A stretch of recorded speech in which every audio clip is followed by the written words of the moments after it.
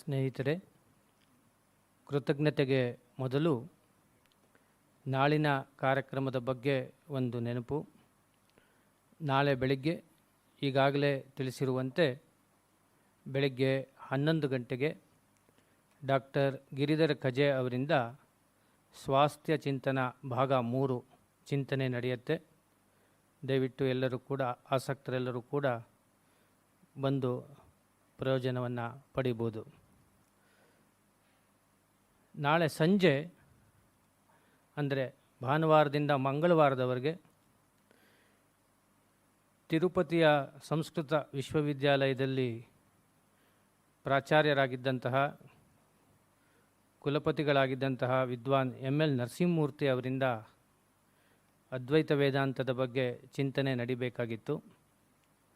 ಆದರೆ ಕಾಲಕ್ರಮದಿಂದ ಅವರು ಪರಸ್ಥಳದಿಂದ ಇಲ್ಲಿಗೆ ಬರಲಿಕ್ಕೆ ಸಾಧ್ಯವಾಗ್ತಾ ಇಲ್ಲ. ಹೀಗಾಗಿ ನಾಳೆ ಭಾನುವಾರದಿಂದ ಮಂಗಳವಾರದವರೆಗೆ ಡಾಕ್ಟರ್ S ರಂಗನಾಥ್ ಅವರು ಅದ್ವೈತ ವೇದಾಂತ ಬೆಳಕಿನಲ್ಲಿ ಭಕ್ತಿ ಅಂತ ನಾಳೆ, ಸೋಮವಾರ ಅದ್ವೈತ ವೇದಾಂತ ಬೆಳಕಿನಲ್ಲಿ ಕರ್ಮ ಅಂತ, ಹಾಗೂ ಮಂಗಳವಾರ ಅದ್ವೈತ ವೇದಾಂತದ ಬೆಳಕಿನಲ್ಲಿ ಜ್ಞಾನ ಸಾಧನೆ ಕುರಿತು ಪ್ರವಚನ ನೀಡಲಿದ್ದಾರೆ. ದಯವಿಟ್ಟು ಈ ಒಂದು ಬದಲಾವಣೆಯನ್ನು ಗುರುತಿಸಿಕೊಂಡು ತಾವೆಲ್ಲರೂ ಬರಬೇಕು ಅಂತ ಪ್ರಾರ್ಥನೆ ಮಾಡ್ತೇನೆ. ಸ್ನೇಹಿತರೆ, ಈ ಮೊದಲೇ ತಮಗೆಲ್ಲ ತಿಳಿಸಿದಂತೆ 9ನೇ ತಾರೀಕು ಮಂಗಳವಾರದಿಂದ ಇಂದಿನವರೆಗೆ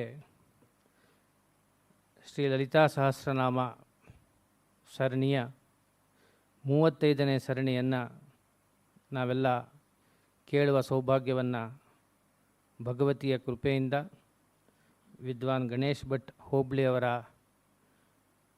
ಆಶೀರ್ವಾದದಿಂದ ಪಡೀಲಿಕ್ಕೆ ಸಾಧ್ಯವಾಯಿತು. ಭಗವತಿಯ ಮಾಧ್ಯಮವಾಗಿ ವಿದ್ವಾನ್ ಗಣೇಶ್ ಭಟ್ ಹೋಬಳಿಯವರು ನಮ್ಮೆಲ್ಲರೊಟ್ಟಿಗಿದ್ದಾರೆ. ಅವರಿಗೆ ಈ ಪ್ರವಚನ ಮಾಲೆಯನ್ನು ನಡೆಸಿಕೊಟ್ಟದ್ದಕ್ಕಾಗಿ ಸಂಸ್ಥೆಯ ಪರವಾಗಿ, ತಮ್ಮೆಲ್ಲರ ಪರವಾಗಿ ಭಕ್ತಿಪೂರ್ವಕ ಕೃತಜ್ಞತೆಗಳನ್ನು ತಿಳಿಸ್ತಾ ಇದ್ದೇನೆ. ಈ ಒಂದು ಸರಣಿಗೆ ಪ್ರಾಯೋಜಕರಾಗಿ, ಆಯೋಜಕರಾಗಿ ಸಹಕರಿಸಿದಂತಹ ಶ್ರೀ ವಿದ್ಯಾಗಣಪತಿ ಪ್ರಕಾಶನದ ದತ್ತಿ ನ್ಯಾಸಕರ್ತರಿಗೂ, ಶ್ರೀ ಶ್ರೀ ಬ್ರಹ್ಮಚೈತನ್ಯ ಗುರು ಮಹಾರಾಜರ ಸ್ಮರಣೆಯಲ್ಲಿ ಶ್ರೀ MS ಶ್ರೀಕಂಠಯ್ಯ ಅವರು ಸ್ಥಾಪಿಸಿದ ದತ್ತಿಯ ನ್ಯಾಸಕರ್ತರಿಗೂ, ಶ್ರೀಮತಿ ವರಲಕ್ಷ್ಮಮ್ಮ ಮತ್ತು ಶ್ರೀ ಗುಂಡಯ್ಯ ಶೆಟ್ಟಿ ದತ್ತಿಯ ನ್ಯಾಸಕರ್ತರಿಗೂ, ಹಾಗೆಯೇ ಶ್ರೀ DK ಸತ್ಯನಾರಾಯಣ ಅವರ ಸ್ಮರಣೆಯಲ್ಲಿ ಸ್ಥಾಪಿಸಿದಂತಹ ದತ್ತಿಯ ನ್ಯಾಸಕರ್ತರೆಲ್ಲರಿಗೂ ಕೂಡ ಸಂಸ್ಥೆಯ ಪರವಾಗಿ, ತಮ್ಮೆಲ್ಲರ ಪರವಾಗಿ ಹೃತ್ಪೂರ್ವಕ ಕೃತಜ್ಞತೆಗಳನ್ನು ಸಲ್ಲಿಸ್ತಾ ಇದ್ದೇನೆ. ದಯಮಾಡಿ ವಿದ್ವಾನ್ ಗಣೇಶ್ ಭಟ್ ಹೋಬಳಿಯವರು ನಮ್ಮ ಒಂದು ಕಿರು ಕಾಣಿಕೆಯನ್ನು ಸ್ವೀಕರಿಸಬೇಕು ಅಂತ ಪ್ರಾರ್ಥನೆ ಮಾಡ್ತೇನೆ.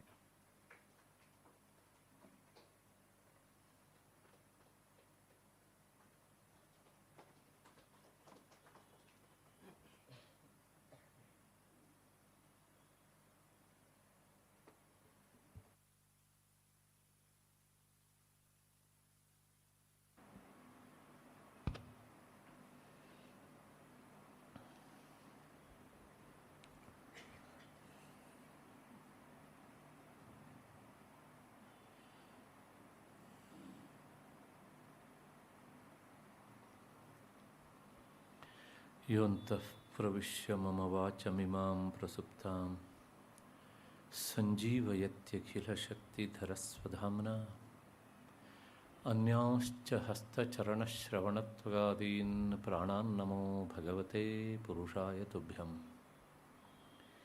ಯಾ ವರ್ಣಪದವಾಕ್ಯಾರ್ಥಗದ್ಯಪದ್ಯಸ್ವರೂಪಿಣಿ ವಾಚಿನರ್ತಯತು ಕ್ಷಿಪ್ರಂ ಮೇಧಾನ್ ದೇವಿ ಸರಸ್ವತಿ.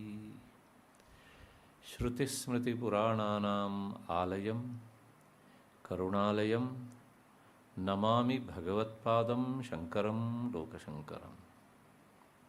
ಸಿಂಧೂರಾರುಣವಿಗ್ರಹಾಂ ತ್ರಿನಯನಾಂ ಮಾಣಿಕ್ಯಮೌಲಿಸ್ಫುರತ್ ತಾರಾನಾಯಕಶೇಖರಾಂ ಸ್ಮಿತಮುಖೀಂ ಆಪೀನವಕ್ಷೋರುಹಾಂ.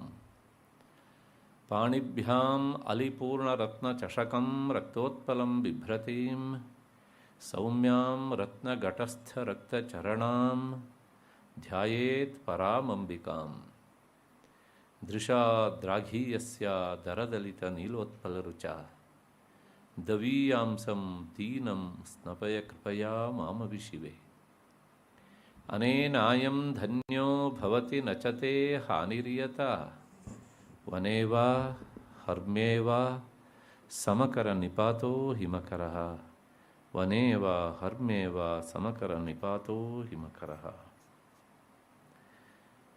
ನನ್ನ ಎಲ್ಲ ಅಧ್ಯಾತ್ಮ ಬಂಧುಗಳೇ, ಈ ಸರಣಿಗೆ ದತ್ತಿ ನ್ಯಾಸಕರ್ತರಾಗಿ ಮತ್ತು ಪ್ರಾಯೋಜಕರಾಗಿ ಸಹಕರಿಸ್ತಾ ಇರುವಂತಹ ಎಲ್ಲ ದತ್ತಿ ನ್ಯಾಸಕರ್ತ ಬಂಧುಗಳೇ, ಹಿರಿಯರೇ, ನನ್ನ ಮತ್ತು ನಿಮ್ಮೆಲ್ಲರ ಹೃನ್ಮಂದಿರವನ್ನು ಬೆಳಗ್ತಾ ಇರುವಂತಹ ಶ್ರೀಮಾತಾ ಎನ್ನುವಂತಹ ಅಖಂಡ ಚೈತನ್ಯ ಸ್ವರೂಪಿಣಿಗೆ ಅನಂತ ಪ್ರಣಾಮಗಳನ್ನು ಸಲ್ಲಿಸಿ ಈ ಸರಣಿಯ ಈ ಕೊನೆಯ ಚಿಂತನೆಗೆ ಮುಂದಾಗ್ತಾ ಇದ್ದೇನೆ.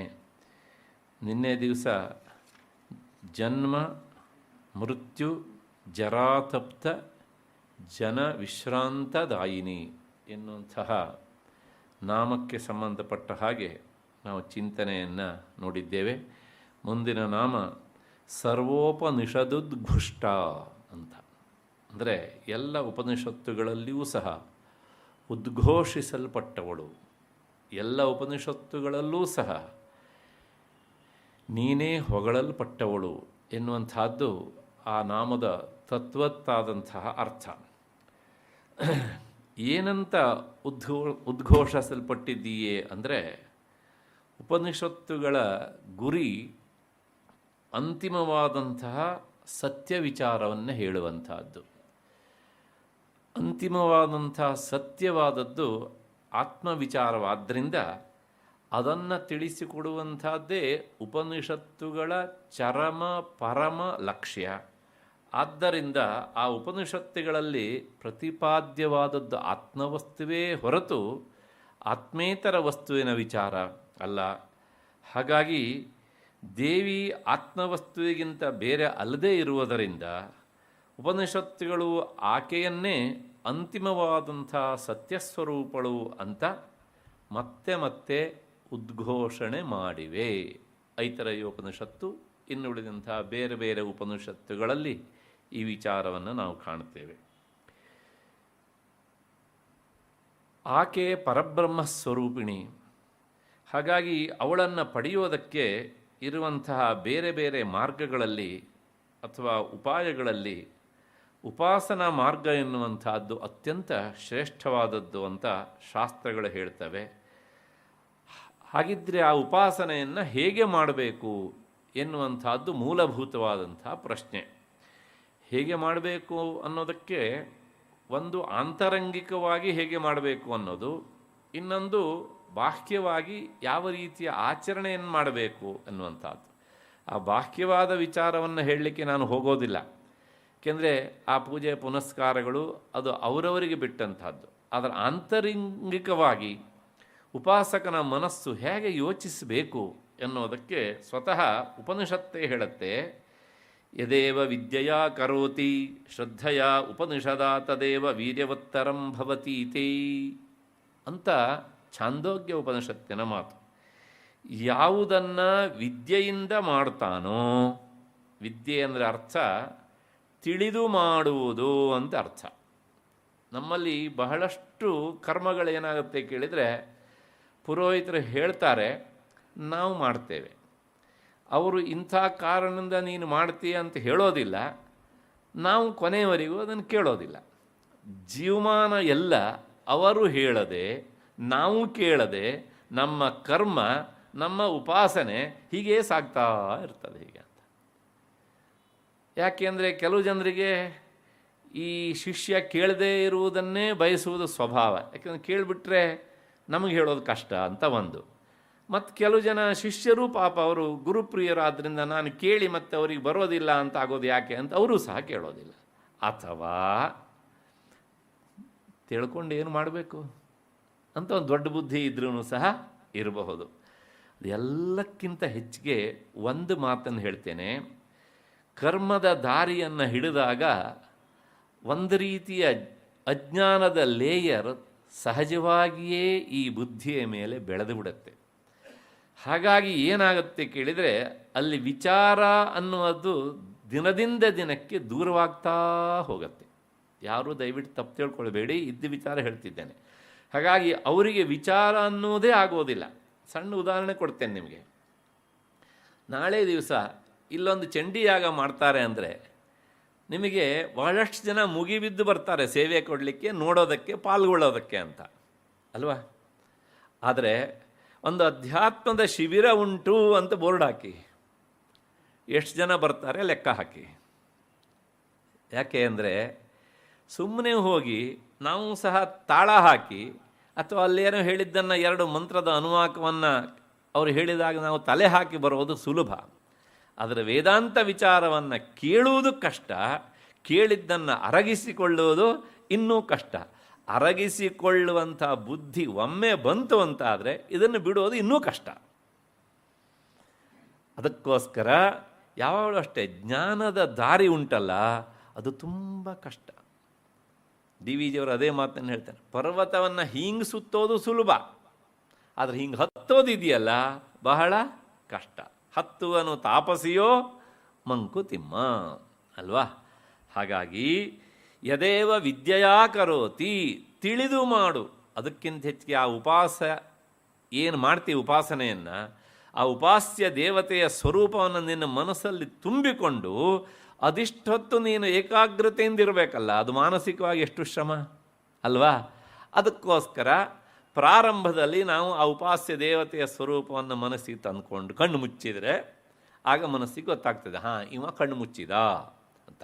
ಮತ್ತು ಇನ್ನು ನಾನು ಆಚೆ ಹೋಗಬಹುದು ಅಂತ ಹೇಳಿ ಮನಸ್ಸು ಆಚೆ ಹೋಗ್ತಾ ಇರುತ್ತೆ. ಅಂದರೆ ಈ ಹಿಂದೆ ಯಾವ್ಯಾವ ಲೌಕಿಕ ವಿಷಯಗಳನ್ನು ಅನುಭವಿಸಿತ್ತೋ ಅದನ್ನು ಮೆಲುಕು ಹಾಕೋದಕ್ಕೆ ಹೋಗ್ತಾ ಇರುತ್ತೆ. ಕೆಲವು ಸಲ ಕಾಲೋನಿ ಹೋಗುತ್ತೆ, ಕೆಲವು ಸಲ ಗಾಂಧಿ ಬಜಾರಿಗೆ ಹೋಗುತ್ತೆ, ಅಲ್ಲಿದ್ದರೆ ಚಾಮರಾಜಪೇಟೆಗೆ ಹೋಗುತ್ತೆ, ಮತ್ತು ಪುನಃ ಇನ್ನೂ ಗುಟ್ಟಳ್ಳಿ ಕಡೆಗೆಲ್ಲ ಹೋಗಿ ಬರುತ್ತೆ.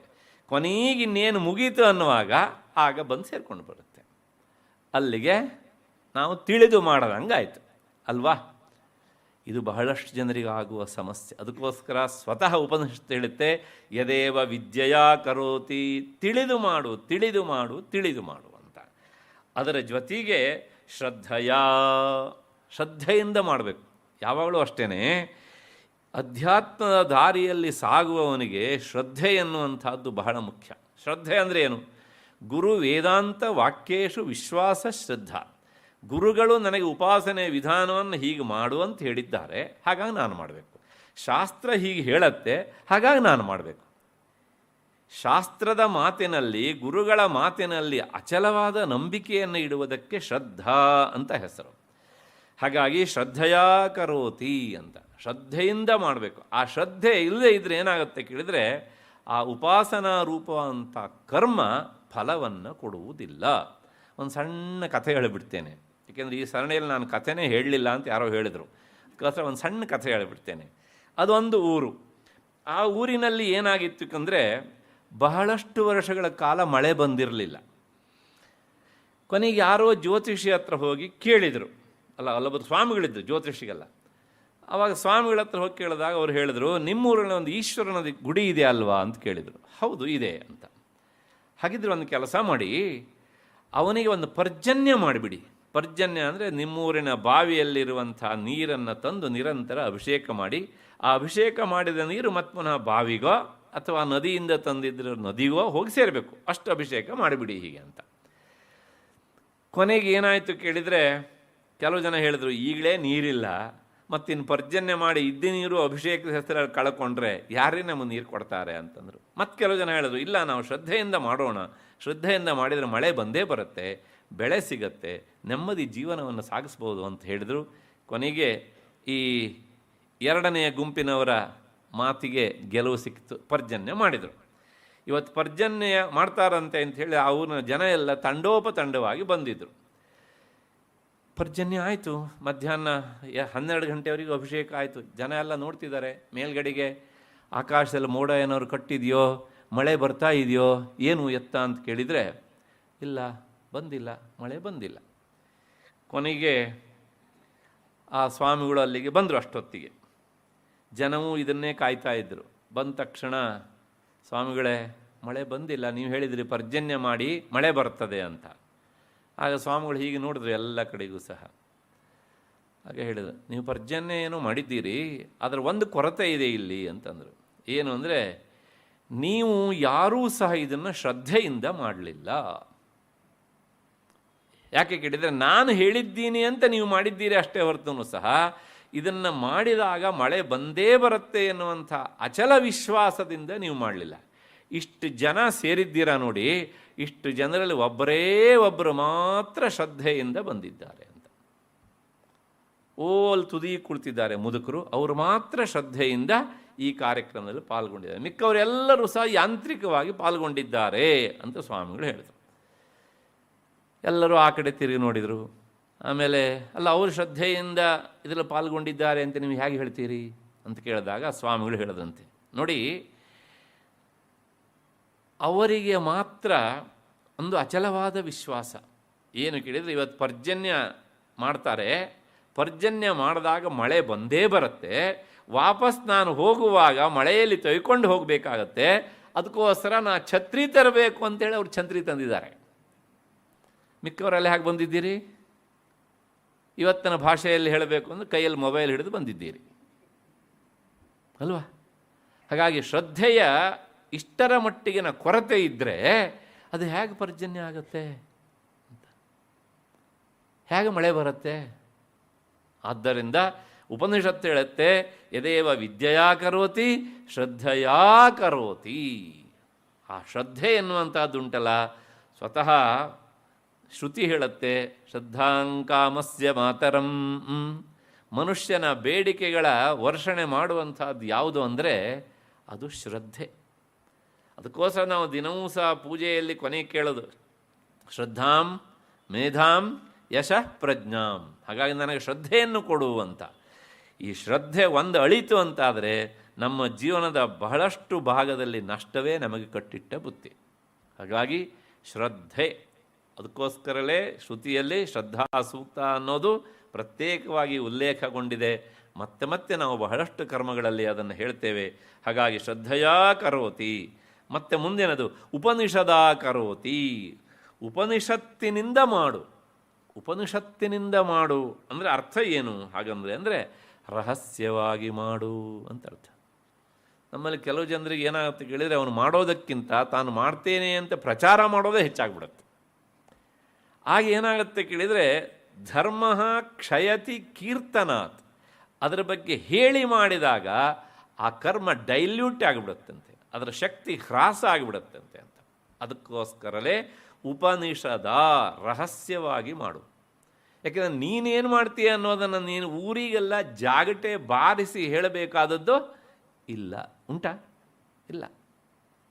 ಅದಕ್ಕೋಸ್ಕರ ರಹಸ್ಯವಾಗಿ ಅಂತ ಆಚಾರ್ಯ ಶಂಕರ ಭಗವತ್ಪಾದರು ಅದಕ್ಕೆ ವಿವರಣೆಯನ್ನು ಬರೆದಿದ್ದಾರೆ, ಉಪನಿಷದಾ ಕರೋತಿ ಅಂತ. ಹಾಗಿದ್ರೆ ಉಪನಿಷತ್ತು ಅಂದರೆ ಏನು ಅಂದರೆ, ಉಪನೀಯೇಮಂ ಆತ್ಮಾನಂ ಬ್ರಹ್ಮಾಪಾಸ್ತದ್ವಯಂ ಸತಃ ನಿಹಂತ್ಯವಿದ್ಯಾಂ ತಜ್ಜಾಂಚ ತಸ್ಮಾತ್ ಉಪನಿಷನ್ಮತ. ಉಪನಿಷತ್ತಿನ ಬಗ್ಗೆ ಒಂದು ಡೆಫಿನೇಷನ್ ಹೇಳುವಂಥದ್ದು ಇದು. ಜೀವಾತ್ಮನನ್ನು ಅದ್ವಿತೀಯನಾದಂಥ ಆ ಪರಬ್ರಹ್ಮದ ಸಮೀಪಕ್ಕೆ ಕರೆದೊಯ್ದು, ಜೀವಾತ್ಮ ಪರಮಾತ್ಮನಿಗಿಂತ ವಾಸ್ತವಿಕವಾಗಿ ಬೇರೆ ಅಲ್ಲ, ಆದರೆ ಅವಿದ್ಯೆಯಿಂದ ಅಜ್ಞಾನದಿಂದಾಗಿ ತಾನು ಅವನಿಗಿಂತ ಬೇರೆ ಅಂತ ಅಂದ್ಕೊಂಡಿದ್ದಾನಲ್ಲ, ಆ ಅಂದ್ಕೊಂಡಿದ್ದನ್ನು ಅಲ್ಲಗಳೆದು ದೂರ ಮಾಡಿ, ನೀನು ಜೀವಾತ್ಮ ಈ ದೇಹದ ಒಳಗಿರುವವನು ಅಷ್ಟೇ ಅಲ್ಲ, ಇದರ ಆಚೆನೂ ಇರುವಂಥ ಪರಮಾತ್ಮನೂ ಸಹ ನೀನೇ ಅನ್ನುವಂಥ ನಿಖರ ಜ್ಞಾನವನ್ನು ಉಪನಿಷತ್ತಿನಲ್ಲಿ ಹೇಳಿದ್ದನ್ನು ಗುರು ನಮಗೆ ಬೋಧಿಸ್ತಾನಲ್ಲ, ಹೀಗೆ ಆ ಅಜ್ಞಾನವನ್ನು ಕಳೆದು ಅದರ ಕಾರ್ಯವಾದಂಥ ಈ ಪ್ರಪಂಚ ಏನುಂಟಲ್ಲ ಸಮುದಾಯ, ಇದನ್ನೂ ಸಹ ನಾಶಗೈದು ಯಾವುದು ಬೆಳಕನ್ನು ಅಂದರೆ ಸ್ವರೂಪ ಜ್ಞಾನವನ್ನು ನಮಗೆ ನೀಡ್ತದೋ ಅದಕ್ಕೆ ಉಪನಿಷತ್ತು ಅಂತ ಹೆಸರು. ಏನಿದ್ರೂ ರಹಸ್ಯವಾಗಿ ನಮಗೆ ತಿಳಿಸಿಕೊಡುವಂತಹ ವಿದ್ಯೆ ಉಪನಿಷದ್ವಿದ್ಯೆ. ಆ ಕೆಲಸವನ್ನು ಮಾಡುವಂಥ ಗ್ರಂಥಕ್ಕೂ ಸಹ ಉಪನಿಷತ್ ಅಂತ ಹೆಸರು. ಇಷ್ಟು ಹಿನ್ನೆಲೆಯಲ್ಲಿ ಸರ್ವೋಪನಿಷದುದ್ಗುಷ್ಟ, ಎಲ್ಲ ಉಪನಿಷತ್ತುಗಳಲ್ಲೂ ನೀನೇ ಹೇಳಲ್ಪಟ್ಟಿದ್ದೀಯೇ ಎನ್ನುವಂಥದ್ದು ಇದರ ಒಂದರ್ಥ. ಉದ್ಘುಷ್ಟ ಅನ್ನೋದಕ್ಕೆ ಅರ್ಥ ಏನು ಅಂದರೆ, ದೇವಿ ವಾಸ್ತವಿಕವಾಗಿ ಒಬ್ಬಳೆ. ಆದರೆ ಆ ಉದ್ಘೋಷಣೆ ಅನ್ನೋದಕ್ಕೆ ಒಂದು ವಿಶಿಷ್ಟವಾದ ಅರ್ಥ ಉಂಟು. ಹೇಗೆ ಅಂದರೆ, ಬೇರೆ ಬೇರೆ ಗ್ರಂಥಗಳಲ್ಲಿ, ಅಂದರೆ ಬೇರೆ ಬೇರೆ ಪುರಾಣಗಳಲ್ಲಿ, ಸಂಹಿತೆಗಳಲ್ಲಿ ದೇವಿಯ ಬೇರೆ ಬೇರೆ ರೂಪಗಳು ವರ್ಣನೆ ಆಗಿವೆ. ಕೆಲವು ಕಡೆಗೆ ಮಹಾಕಾಳಿ, ಮಹಾಲಕ್ಷ್ಮಿ, ಮಹಾಸರಸ್ವತಿ ಇತ್ಯಾದಿ ಇತ್ಯಾದಿ ಎಲ್ಲ ಬೇರೆ ಬೇರೆ ರೂಪಗಳು. ಇದನ್ನು ನೋಡಿದಾಗ ನಮಗೇನು ಅನಿಸುತ್ತೆ ಕೇಳಿದರೆ, ಇವೆಲ್ಲ ಬೇರೆ ಬೇರೆ ರೂಪಗಳೇ ಅಲ್ವಾ ಅಂತ. ಆದರೆ ವಾಸ್ತವಿಕವಾಗಿ ಇವೆಲ್ಲವೂ ಸಹ ಒಂದೇ ಎನ್ನುವುದೇ ಇಲ್ಲಿ ಹೇಳಿದಂಥ ಉದ್ಘೋಷಣೆ. ನಾನು ಪದೇ ಪದೇ ಹೇಳ್ತಾ ಬಂದಿದ್ದೇನೆ, ಈ ಸಗುಣ ರೂಪ ಎನ್ನುವಂಥದ್ದು ಯಾವಾಗಲೂ ಸಹ ಆರೋಪಿತವಾದಂಥದ್ದು. ಅದರ ಹಿಂದೆ ನಿರ್ಗುಣ ರೂಪ ಅನ್ನೋದೊಂದು ಇರ್ತದಲ್ಲ, ಅದು ಮಾತ್ರ ಅಲ್ಟಿಮೇಟ್ ಸತ್ಯವಾದಂಥದ್ದು. ನಿರ್ಗುಣವಾದದ್ದು ಎಷ್ಟಾದರೂ ಸಗುಣ ರೂಪವನ್ನು ಪಡೆಯಬಹುದು, ಆದರೆ ಒಂದು ಸಲ ಸಗುಣ ರೂಪ ತಾಳಿದ್ದುಂಟಲ್ಲ, ಅದು ಅಲ್ಲೇ ನಿಲ್ಲಬೇಕಾಗತ್ತೆ. ಹಾಗಾಗಿ ಜಗನ್ಮಾತೆ ಮೂಲತಃ ನಿರ್ಗುಣಳಾದ್ದರಿಂದ ಎಷ್ಟೆಷ್ಟು ಗ್ರಂಥಗಳಲ್ಲಿ ಆಕೆಯ ಬಹುರೂಪ ವರ್ಣಿತ ಆದದ್ದಿದ್ರೂ ಸಹ ಘೋಷಣೆ ಏನು ಅಂದರೆ ಅಂತಿಮವಾಗಿ ಅವಳು ಒಬ್ಬಳೇ ಎನ್ನುವುದು ಘೋಷಣೆ. ದೇವಿ ಸಪ್ತಶತಿಯಲ್ಲಿ ಮಾರ್ಕಂಡೇಯ ಪುರಾಣದಲ್ಲಿ ಒಂದು ಮಾತು ಬರ್ತದೆ. ಯುದ್ಧ ಮಾಡುವ ಸಂದರ್ಭದಲ್ಲಿ ಎದುರಾಳಿಯಂತಹ ರಾಕ್ಷಸನನ್ನು ಸಂಹರಿಸುವಾಗ ದೇವಿ ಬಹಳಷ್ಟು ರೂಪಗಳನ್ನು ತಾಳಿದಳು, ಬಹುರೂಪವನ್ನು ತಾಳಿದಳು. ಆಗ ಆ ಎದುರಿನ ರಾಕ್ಷಸ ಹೇಳ್ತಾನೆ, ಅನ್ಯೇಷಾಂ ಬಲಮಾಶ್ರಿತ್ಯ ಯುದ್ಧಸೇ ಚಾತಿಮಾನಿನಿ, ನೀನು ಒಬ್ಬಳು ನನ್ನನ್ನು ಎದುರಿಸೋಕ್ಕಾಗಲ್ಲ ಅಂಥೇಳಿ ಬೇರೆ ಬೇರೆಯವರ ಸಹಾಯ ಕಟ್ಕೊಂಡು ಬಹಳಷ್ಟು ಜನರನ್ನು ನಿನ್ನ ಜೊತೆ ಸೇರಿಸ್ಕೊಂಡು ನನ್ನ ಜೊತೆ ಯುದ್ಧ ಮಾಡ್ತಾ ಇದ್ದೀಯಾ ಅಂತ ಹೇಳಿದ. ಆಗ ದೇವಿ ಹೇಳ್ತಾಳೆ, ನೀನೊಬ್ಬ ಬೆಪ್ಪ, ನೀನು ನನ್ನ ನಿಜ ರೂಪ ನಿನಗೇನು ಗೊತ್ತು? ಈ ಎಲ್ಲ ಬೇರೆ ಬೇರೆ ರೂಪಗಳಿದ್ದಾವಲ್ಲ ನನ್ನದೇ, ಇವೆಲ್ಲ ನನ್ನದೇ ರೂಪವೇ ಅಷ್ಟೇ ಹೊರತು ನಿಜವಾದ ರೂಪಗಳು ಅಲ್ಲ. ಇವೆಲ್ಲವೂ ಸಹ ಮಾಯಿಕವಾದ ರೂಪಗಳು. ನಿನಗೆ ಬೇರೆ ಬೇರೆ ಯಾಕೆ ಕಾಣ್ತವೆ? ಜ್ಞಾನಿಗಳಿಗೆ ಇದೆಲ್ಲ ರೂಪದ ಒಳಗಿರುವ ಚೈತನ್ಯ ವಸ್ತು ನಾನೊಬ್ಬಳೇ. ಏಕೈವಾಹಂ ಜಗತ್ಯತ್ರ ದ್ವಿತೀಯ ಕಾ ಮಮ ಅಪರ. ನಂದಲ್ಲ ಮಾತು, ಮಾರ್ಕಂಡೇಯ ಪುರಾಣದ್ದು, ಸ್ವತಃ ಜಗನ್ಮಾತೆ ಹೇಳಿದ ಮಾತು ಇದು. ಏಕೈವ ಅಹಂ, ನಾನು ಒಬ್ಬಳೇ ಇರೋದು ಇಲ್ಲಿ. ದ್ವಿತೀಯ ಕಾ ಮಮ ಅಪರ, ನನ್ನನ್ನು ಬಿಟ್ಟು ಎರಡನೇವಳು ಇಲ್ಲಿ ಯಾರಿದ್ದಾಳೆ? ಹಾಗಾಗಿ ಇವೆಲ್ಲವೂ ಸಹ ಮಾಯಿಕ ರೂಪಗಳೇ ಅಷ್ಟೇ ಹೊರತು ಸಹ ನಿಜವಾದವುಗಳಲ್ಲ ಅಲ್ಲ ಅಂತ ಹೇಳಿ, ಹಾಗಿದ್ರೆ ನೋಡ್ತಾ ಇರು ಅಂತೇಳಿ ಆ ಎಲ್ಲ ಬಹುರೂಪಗಳೇನಿದ್ದಾವಲ್ಲ ಅವು ಎಲ್ಲವನ್ನು ಸಹ ತನ್ನಲ್ಲೇ ಅಂತರ್ಧಾನಗೊಳಿಸಿಕೊಂಡು ದೇವಿ ಒಂಟಿಯಾಗಿ ನಿಂತಳು ಎನ್ನುವಂಥದ್ದು ಮಾರ್ಕಂಡೇಯ ಪುರಾಣದ ಮಾತು. ಹೀಗೆ ಆ ಬಹುರೂಪಗಳು ಬಗೆ ಬಗೆಯಾಗಿ ಪ್ರತಿಪಾದಿತವಾಗಿದ್ದರೂ ಸಹ ಅವೆಲ್ಲವುಗಳಲ್ಲೂ ಸಹ ವಾಸ್ತವಿಕವಾಗಿ ಭೇದ ಎನ್ನುವಂಥದ್ದು ಇನಿತೂ ಇಲ್ಲ. ಅದು ಏಕವೇ ಹೊರತು ಅದು ಬಹುವಲ್ಲ ಅಥವಾ ಅದು ಅನೇಕವಲ್ಲ ಎನ್ನುವಂಥದ್ದೇ ಇಲ್ಲಿನ ಉದ್ಘೋಷಣೆ ಅಥವಾ ಉತ್ಕರ್ಷ ಎನ್ನುವುದು ಇಲ್ಲಿನ ಈ ಉದ್ಘುಷ್ಟ ಎನ್ನುವ ಶಬ್ದಕ್ಕೆ ಅರ್ಥ ಅಂತ.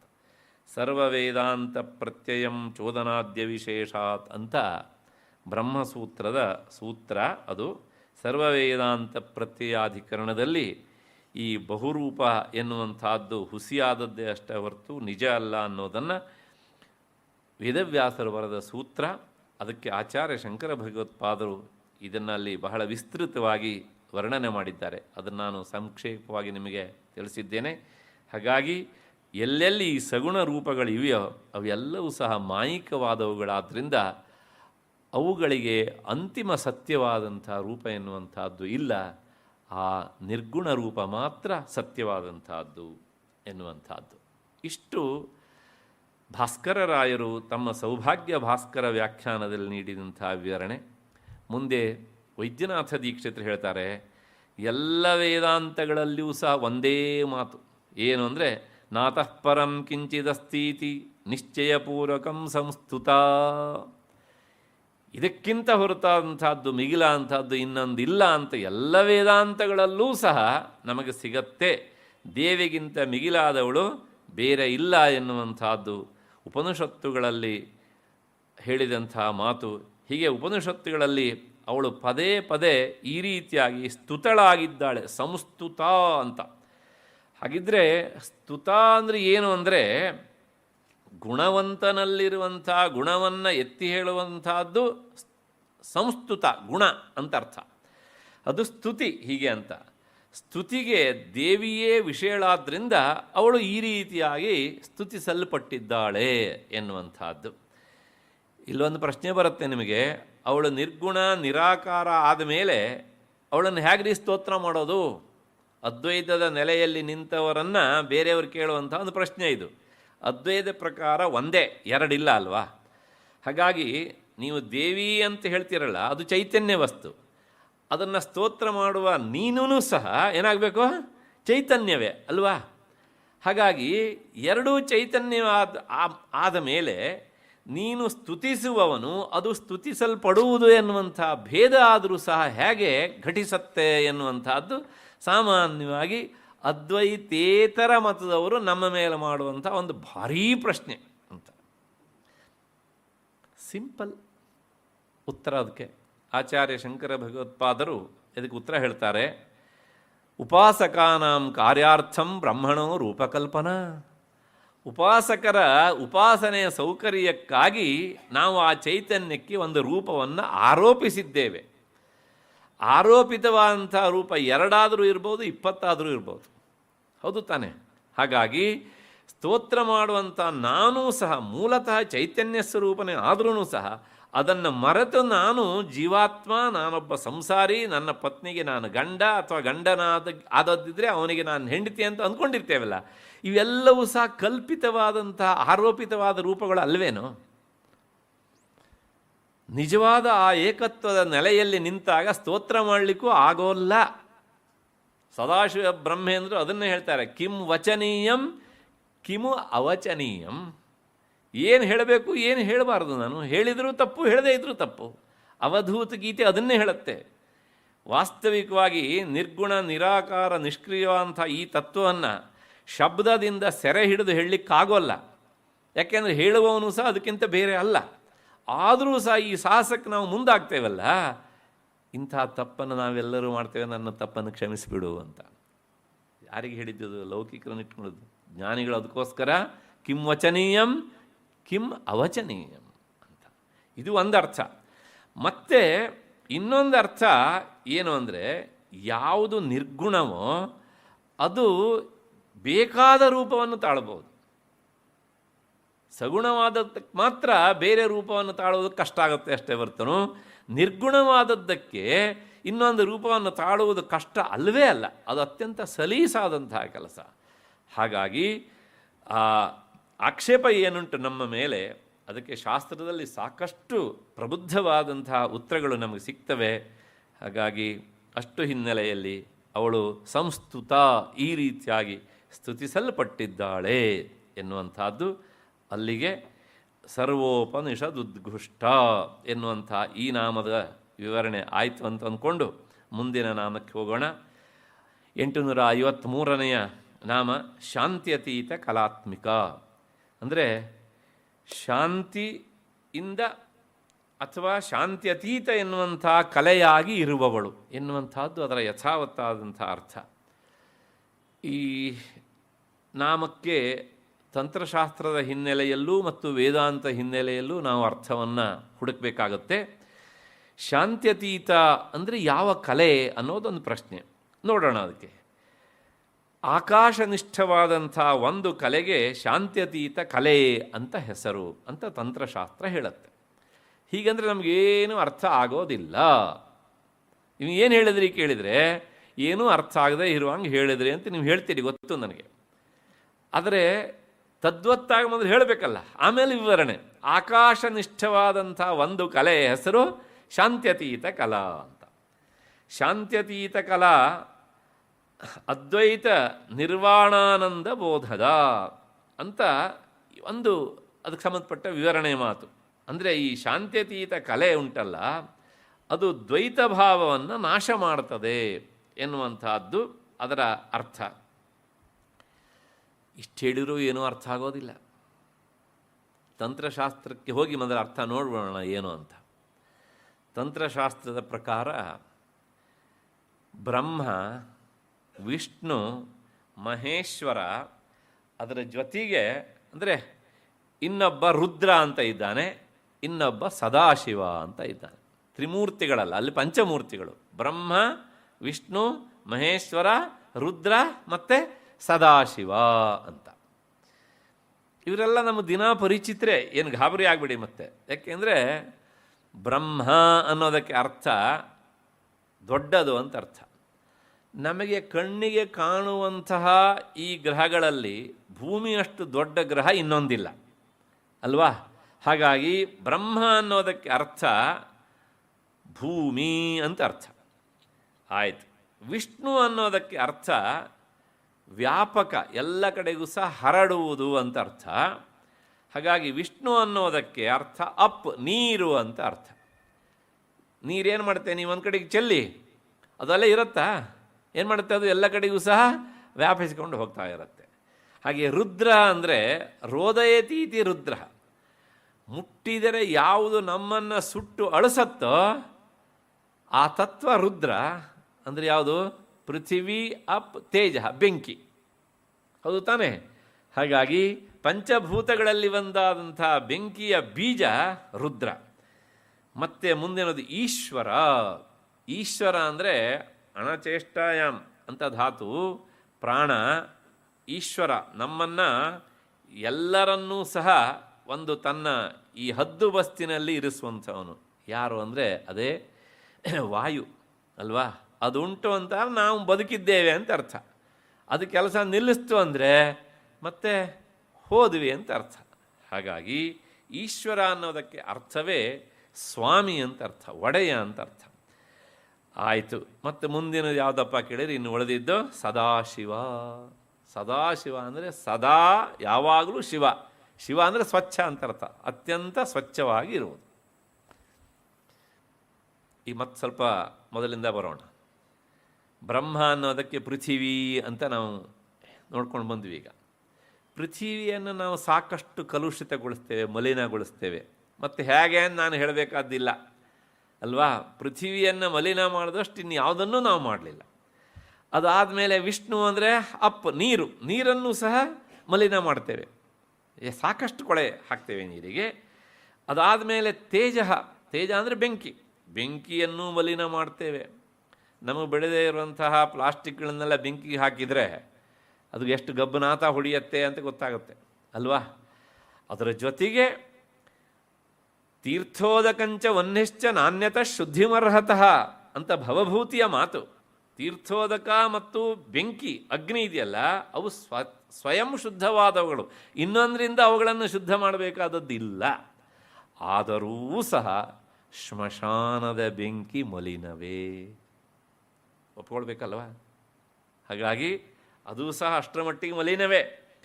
ಇನ್ನು ವಾಯು. ವಾಯು ಈಶ್ವರ ಅಂತ ಹೇಳಿದ್ನಲ್ಲ, ಅದನ್ನೂ ಸಹ ಮಲಿನ ಮಾಡ್ತೇವೆ ನಾವು. ಪಂಚಭೂತಗಳಲ್ಲಿ ಈ ನಾಲ್ಕನ್ನು, ಪೃಥಿವಿ, ಅಪ್, ತೇಜೋ, ವಾಯು, ಈ ನಾಲ್ಕನ್ನು ನಾವು ಸಾಕಷ್ಟು ಮಲಿನಗೊಳಿಸ್ತೇವೆ. ಆದರೆ ಸದಾ ಶಿವ ಅಂತ ಕರೆಸ್ಕೊಳ್ಳುವಂಥ ಆಕಾಶ ತತ್ವವನ್ನು ಮಾತ್ರ ಯಾರೂ ಸಹ ಮಲಿನ ಮಾಡಲಿಕ್ಕೆ ಆಗೋದಿಲ್ಲ. ಆಗತ್ತಾ? ಆಕಾಶ ಅಂದ್ರೇನು? ಸ್ಪೇಸ್, ಖಾಲಿ ಜಾಗ. ಅದನ್ನು ಮಲಿನ ಮಾಡಲಿಕ್ಕೆ ಆಗೋದಿಲ್ಲ. ಆಯಿತು. ಈಗ ಇದು ಒಂದು ಅರ್ಥ ನಾನು ಹೇಳಿದೆ. ಮತ್ತು ಇದಕ್ಕೆ ಇನ್ನೊಂದು ಅರ್ಥ ಉಂಟು. ಏನು ಅಂದರೆ, ಬ್ರಹ್ಮ ಅವನೇನು ಮಾಡ್ತಾನೆ ಅಂದರೆ ಸೃಷ್ಟಿ ಮಾಡ್ತಾನೆ ಅಲ್ವಾ? ಆಮೇಲೆ ಅಪ್ ವಿಷ್ಣು ಅವನೇನು ಮಾಡ್ತಾನೆ? ಸ್ಥಿತಿಯನ್ನು ಮಾಡ್ತಾನೆ. ತೇಜ ಅಂದರೆ ರುದ್ರ ಅವನೇನು ಮಾಡ್ತಾನೆ? ಸಂಹಾರ ಮಾಡ್ತಾನೆ. ತಂತ್ರಶಾಸ್ತ್ರದ ಪ್ರಕಾರ ಈ ನಾಲ್ಕನೆಯಂತಹ ಈಶ್ವರ ಇದ್ದಾನಲ್ಲ, ಅವನು ಪ್ರಳಯ ಕಾಲದಲ್ಲಿ ಈ ಮೂರೂ ತತ್ವಗಳನ್ನು, ಬ್ರಹ್ಮ, ವಿಷ್ಣು, ರುದ್ರ, ಈ ಮೂವರನ್ನು ಸಹ ತನ್ನೊಳಗೆ ಅಂತರ್ಧಾನಗೊಳಿಸಿಕೊಂಡು ಈಶ್ವರ ತತ್ವ ಕೊನೆಯಲ್ಲಿ ಸದಾಶಿವ ತತ್ವದಲ್ಲಿ ಲೀನವಾಗಿಬಿಡುತ್ತಂತೆ. ಇದು ತಂತ್ರಶಾಸ್ತ್ರದ ವಿವರಣೆ ಈ ರೀತಿಯಾಗಿ. ಹೀಗೆ ಈ ಇಚ್ಛಾ ಮತ್ತು ಜ್ಞಾನ, ಕ್ರಿಯಾ ಶಾಂತಿಕಲಾ. ಅಲ್ಲಿಗೆ ಮೊದಲನೇದು ಏನು ಬ್ರಹ್ಮ ಅಂತ ಹೇಳಿದವಲ್ಲ, ಇಚ್ಛಾ ಅಂತ.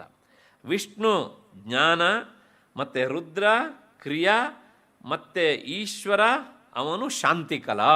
4 ಆಯಿತು ಅಲ್ಲಿಗೆ. ಇನ್ನು ಕೊನೆಯದು ಒಂದು ಉಳಿತು, ಸದಾಶಿವ ಅಂತ. ಆ ಸದಾಶಿವ ತತ್ವದ ಹೆಸರೇ ಶಾಂತ್ಯತೀತ ಕಲಾ ಅಂತ ಹೆಸರು. ತಂತ್ರಶಾಸ್ತ್ರದ ಪ್ರಕಾರ ಈ ಸದಾಶಿವ ತತ್ವ ಬೇರೆ ಅಲ್ಲ, ಆಕಾಶ ಬೇರೆ ಅಲ್ಲ, ಪರಬ್ರಹ್ಮ ವಸ್ತು ಬೇರೆ ಅಲ್ಲ. ಹಾಗಾಗಿ ಈ ಸರ್ವಕಾರಣವಾದಂತಹ ಈ ಸದಾಶಿವ ತತ್ವ ಏನುಂಟಲ್ಲ, ಅದು ಸರ್ವಾತೀತವಾದಂತಹದ್ದು, ಎಲ್ಲಕ್ಕಿಂತಲೂ ಮೇಲಿನದು, ಅದೇ ಮೋಕ್ಷಪ್ರದವಾದಂತಹದ್ದು. ಆದ್ದರಿಂದಲೇ ಅದನ್ನು ಸದಾಶಿವ ಅಂತ ಹೆಸರಿನಿಂದ ಕರೀತಾರೆ. ಅಂತಹ ಪರಬ್ರಹ್ಮ ವಸ್ತುವಿನ ಶಕ್ತಿ ನೀನಾದದ್ದರಿಂದ ನೀನು ಶಾಂತ್ಯತೀತ ಕಲಾತ್ಮಿಕ ಆಗಿದ್ದೀಯೇ ಅಂತ ಲಲಿತಾ ಸಹಸ್ರನಾಮ ಹೇಳುತ್ತೆ. ಇದಕ್ಕೆ ಸಂಬಂಧಪಟ್ಟ ಹಾಗೆ ಹೆಚ್ಚಿನ ಮಾಹಿತಿಯನ್ನು ಬೇಕಿದ್ದರೆ ಸೌಂದರ್ಯ ಲಹರಿಯ 24ನೇ ಶ್ಲೋಕದಲ್ಲಿ ನೋಡಬಹುದು. ಆಚಾರ್ಯ ಶಂಕರ ಭಗವತ್ಪಾದರು ಅದನ್ನು ಬಹಳ ಸುಂದರವಾಗಿ ಹೇಳ್ತಾರೆ. ಜಗತ್ಸೂತೆ ಧಾತ ಹರಿರವತಿ ರುದ್ರ ಕ್ಷಪಯತೆ ತಿರಸ್ಕುರ್ವನ್ನೇತತ್ ಸ್ವಮಪಿ ಪುರೀಶ ಸ್ಥಿರಯತಿ ಸದಾ ಪೂರ್ವಸ್ಸರ್ವಂ ತದಿದಮನುಗೃಹ್ಣಾತಿ ಚ ಶಿವಃ ತವಾಜ್ಞಾಮಾಲಂಬ್ಯ ಕ್ಷಣಚಲಿತಯೋಃ ಭ್ರೂಲತಿಕಯೋಃ. ಆ ಸದಾಶಿವ ತತ್ವ ಈ 4 ತತ್ವಗಳನ್ನು ತನ್ನಲ್ಲಿ ಲೀನವಾಗಿಸಿಕೊಂಡಾದ ಮೇಲೆ ತಟಸ್ಥವಾಗಿ ಇರತ್ತಂತೆ. ಹಾಗಿದ್ದಾಗ ಕೊನೆಗೆ ಸೃಷ್ಟಿಯ ಕಾಲ ಬಂದಾಗ ಅವನ ಶಕ್ತಿಯಾದಂತಹ ನಿನ್ನ ಈ ಹುಬ್ಬಿನ ನೋಟದಿಂದಲೇ ಅರ್ಥೈಸಿಕೊಂಡಂತಹ ಸದಾಶಿವ ತತ್ವ ಮತ್ತು ನಿನ್ನಿಂದ ಕೂಡಿ ಸೃಷ್ಟಿಯನ್ನು ಮಾಡುತ್ತೆ ಎನ್ನುವಂಥ ಮಾತನ್ನು ಭಗವತ್ಪಾದರು ಸೌಂದರ್ಯ ಲಹರಿಯಲ್ಲಿ ಹೇಳಿದ್ದಾರೆ. ತಂತ್ರಶಾಸ್ತ್ರವೂ ಸಹ ಅದೇ ಮಾತನ್ನು ಹೇಳುತ್ತೆ. ಅಷ್ಟು ಹಿನ್ನೆಲೆಯಲ್ಲಿ ಈ ನಾಮದ ವಿವರಣೆ ಆಯಿತು ಅಂತ ಅಂದ್ಕೊಂಡು ಮತ್ತೆ ಮುಂದಕ್ಕೆ ಹೋಗೋಣ. ಮುಂದಿನ ನಾಮ ಗಂಭೀರ ಅಂತ. ಹಾಗಂದ್ರೆ ಏನು? ಗಂಭೀರ ಅಂದರೆ ಗಂಭೀರ ಸ್ವರೂಪಳು ಅಂತ. ಈ ನಾಮ ಲಲಿತಾ ಸಹಸ್ರನಾಮದಲ್ಲುಂಟು. ಕೆಲವು ಸಲ ಏನು ಮಾತನಾಡದೇ ಇದ್ದರೂ ಸಹ ಅವನನ್ನು ಗಂಭೀರ ವ್ಯಕ್ತಿ ಅಂತ ಹೇಳೋದುಂಟು. ಅಲ್ಲ, ತಿಳ್ಕೊಂಡು ಬಿಡ್ತೇವೆ ನಾವು ಹೀಗೆ ಅಂತ. ಅವನು ವಾಸ್ತವಿಕವಾಗಿ ಗಂಭೀರ ವ್ಯಕ್ತಿ ಆಗಿರೋದಿಲ್ಲ.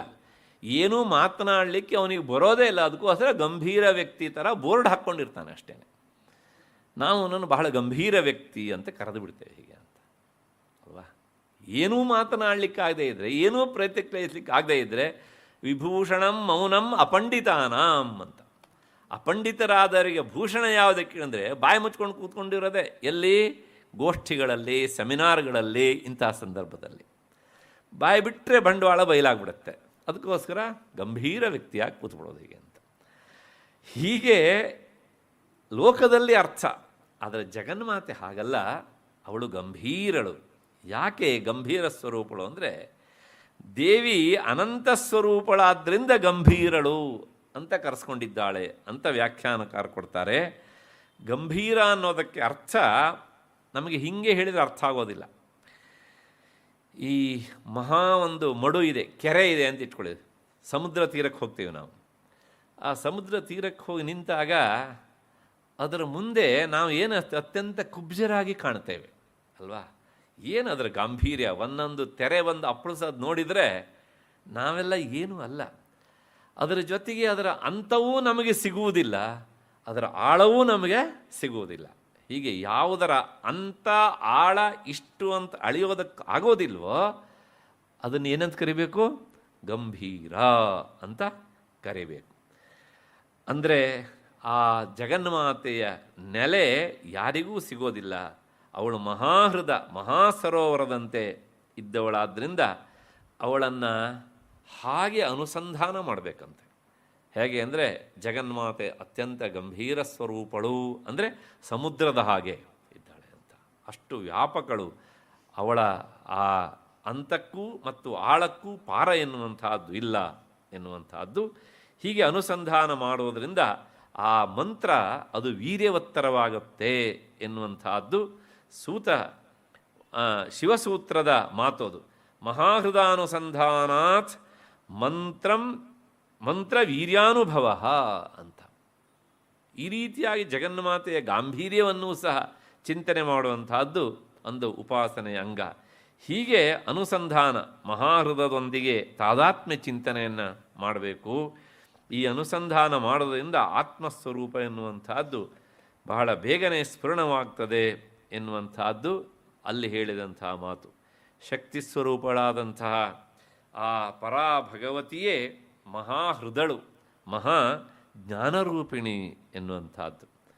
ಯಾವಾಗಲೂ ಅಷ್ಟೇ, ನಮ್ಮೆದುರಿಗೆ ಒಬ್ಬ ಅತ್ಯಂತ ಮಹಾಜ್ಞಾನಿ ಬಂದಾಗ ನಮಗೆ ಅವರ ಗಾಂಭೀರ್ಯವನ್ನು ನೋಡಿ ಅವರು ಇಷ್ಟೇ ಅಂತ ಅಳೆಯೋದಕ್ಕಾಗೋದಿಲ್ಲ ಅಲ್ವಾ. ಅಂದರೆ ನಮ್ಮ ಮುಷ್ಟಿಯ ಒಳಗೆ ಅವ್ರನ್ನ ಹಿಡಿದಿಟ್ಕೊಳ್ಳೋದಕ್ಕಾಗೋದಿಲ್ವಲ್ಲ. ಅಂಥದ್ದನ್ನು ಗಂಭೀರ ಅಥವಾ ಅದರ ತದ್ಧಿತ ನಾಮ ಗಾಂಭೀರ್ಯ ಎನ್ನುವಂಥ ವಿವರಣೆಯನ್ನು ಕೊಡುತ್ತೆ.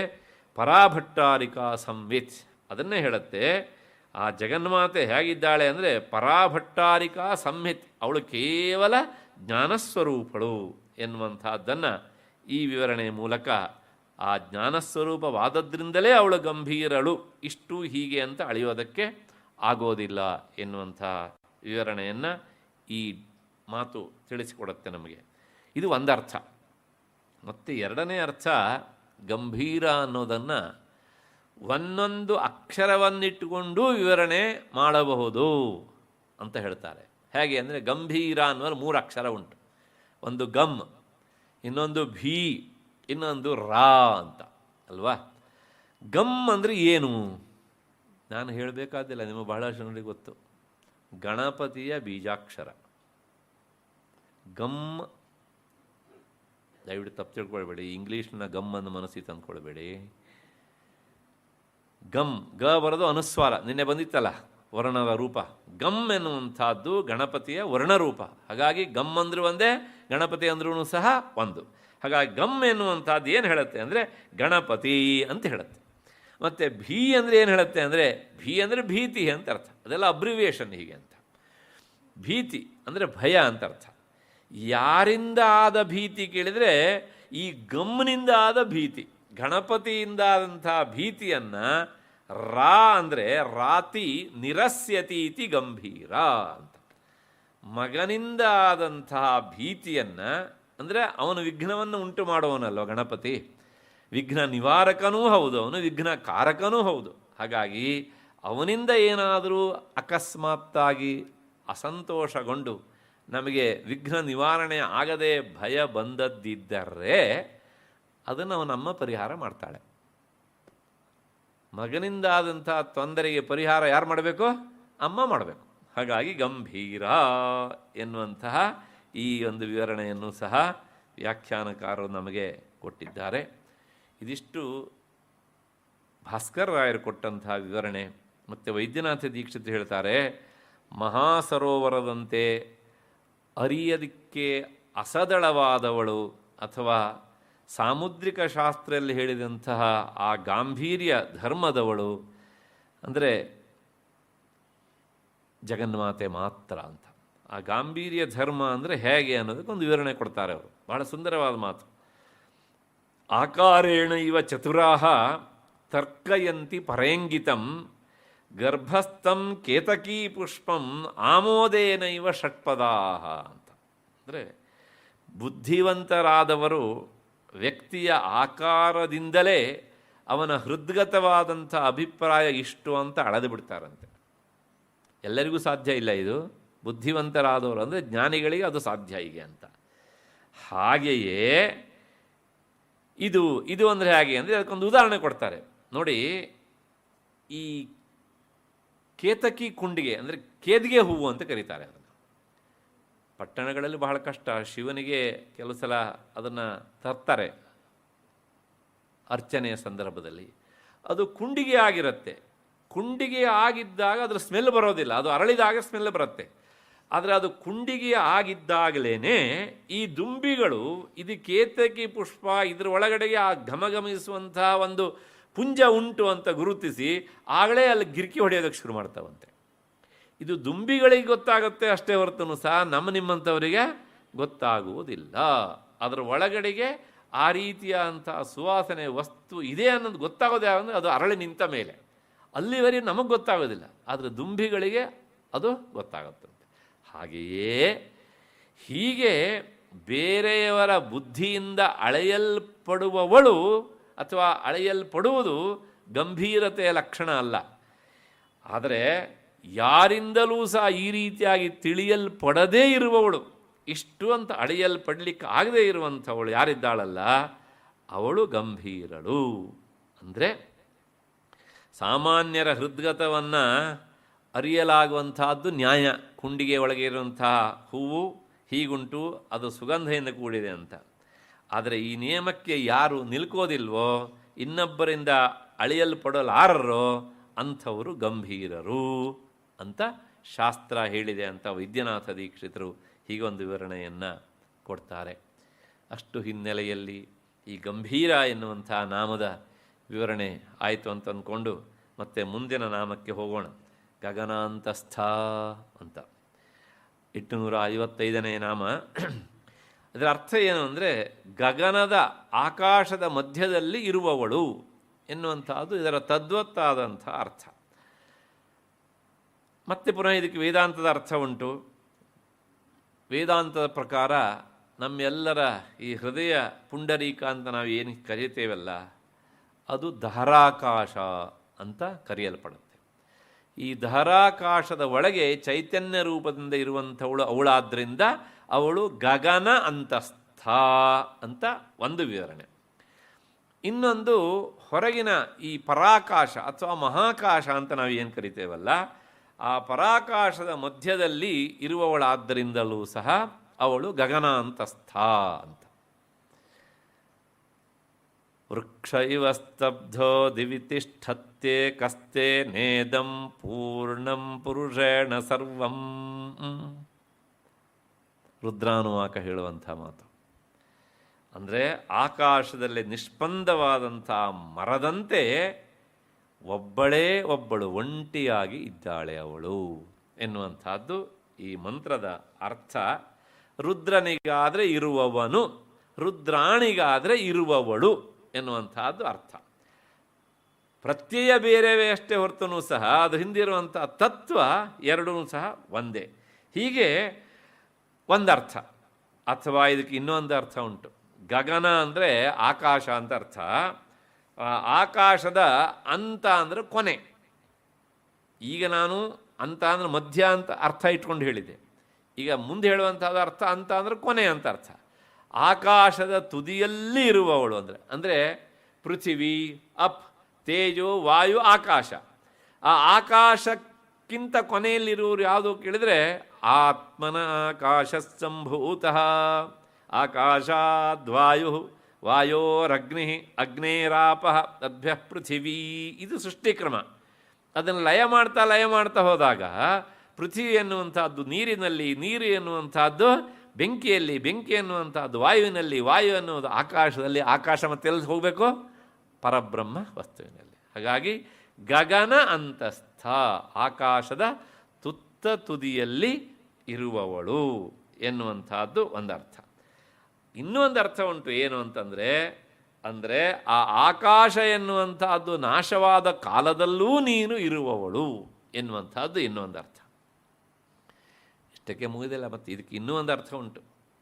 ಏನು ಅಂದರೆ ಗಗನ ಅಂದರೆ ಹಕಾರ ಅಂತ ಅರ್ಥ. ಅಕಾರ ಅಲ್ಲ. ಯಾಕೆಂದರೆ ಬೆಂಗಳೂರಲ್ಲಿ ಬಹಳಷ್ಟು ಜನರಿಗೆ ಹಕಾರ ಮತ್ತು ಅಕಾರಗಳ ವ್ಯತ್ಯಾಸವೇ ಗೊತ್ತಾಗೋದಿಲ್ಲ. ಹಕಾರದಲ್ಲಿ ಜಾಗದಲ್ಲಿ ಅಕಾರ ಹೇಳ್ತಾರೆ, ಅಕಾರದ ಜಾಗದಲ್ಲಿ ಹಕಾರ ಹೇಳ್ತಾರೆ. ಹರಸಿಕೆರೆಯೋ ಅರಸಿಕೆರೆಯೋ ಇನ್ನೂ ತೀರ್ಮಾನ ಆಗಲಿಲ್ಲ. ಹಲಸೂರೋ ಹಲಸೂರೋ ಇನ್ನೂ ಸಂಶಯವೇ. ಯಾಕೆಂದರೆ ನಮ್ಮ ಎದುರುಗಡೆ ಇರೋರು ಹೇಗೆ ಹೇಳ್ತಾರೋ ನಾವು ಹಾಗೆ ಹೇಳ್ತೇವೆ ಅಷ್ಟೇ. ಸದ್ಯ ಹೊಲಸೂರು ಅಂತ ಹೇಳಲಿಲ್ವಲ್ಲ ಅಂತ ಸಮಾಧಾನ ಪಟ್ಕೊಳ್ಳೋದು. ಯಾಕೆಂದರೆ ನಾನು ಬೆಂಗಳೂರಿಗೆ ಬಂದು ಹೊಸದ್ರೊಳಗೆ ಅದು ಹಲಸೂರು ಅಂತ ಕೇಳಿದ್ದೆ ನಾನು. ಅದು ಹಲಸೂರಾಗಿದೆ ಈಗ. ಹಾಗಾಗಿ ಈ ಹಕಾರ ಅಕಾರಗಳ ಗೊಂದಲ ಪ್ರಾಯಶಃ ಹಳೆ ಮೈಸೂರಲ್ಲಿದ್ದಷ್ಟು ಇನ್ನು ಯಾವ ಭಾಗದಲ್ಲೂ ಇಲ್ಲ. ಹಾಸನ ಹೇಳಬೇಕೋ ಆಸನ ಹೇಳಬೇಕೋ ಗೊತ್ತಿಲ್ಲ.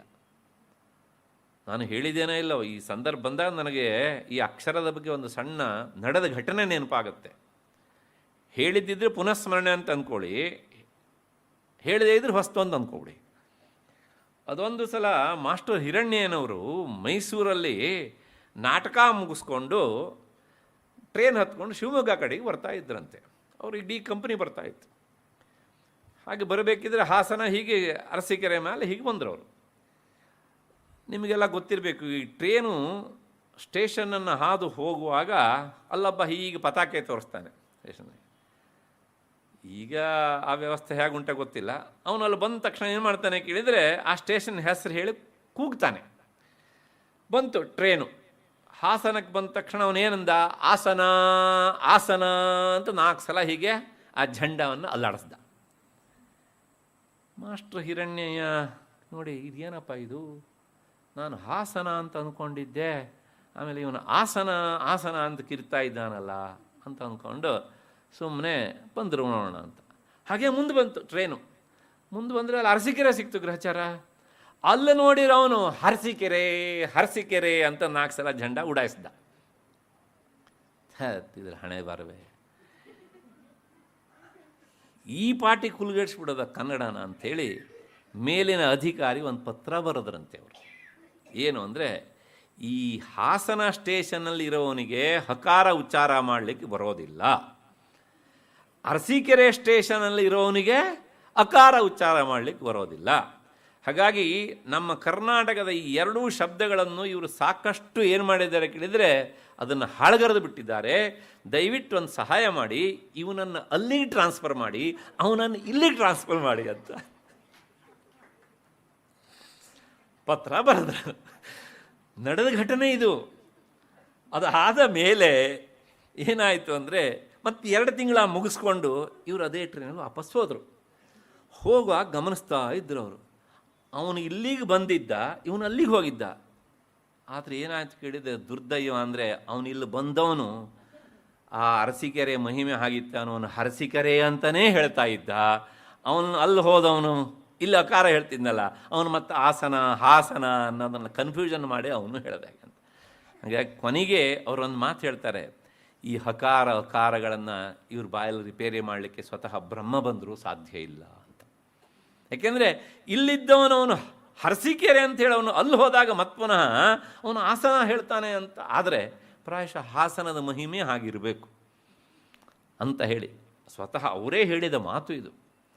ಅಷ್ಟರ ಮಟ್ಟಿಗೆ ನಾವು ಅಕ್ಷರಗಳನ್ನು ಕಗ್ಗೊಲೆ ಮಾಡೋದಕ್ಕೆ ನಿಸ್ಸೀಮರಾಗಿಬಿಟ್ಟಿದ್ದೇವೆ. ಯಾಕೆ ಹೇಳೋದು ಕೇಳಿದರೆ, ಹಕಾರ ಅಂತಲೇ ಹೇಳಬೇಕು ಅಷ್ಟೇ ಹೊರತು ಅಕಾರ ಅಲ್ಲ. ಹಕಾರ ಅನ್ನೋದು ಅದು ಆಕಾಶ ತತ್ವದ ಬೀಜಾಕ್ಷರ. ವ್ಯಾಕರಣ ಶಾಸ್ತ್ರದಲ್ಲಿ ಯ ರ ಲ ವ ಈ 4 ಅಕ್ಷರಗಳನ್ನು ಅಂತಸ್ಥ ವರ್ಣಗಳು ಅಂತ ಕರೆದಿದ್ದಾರೆ.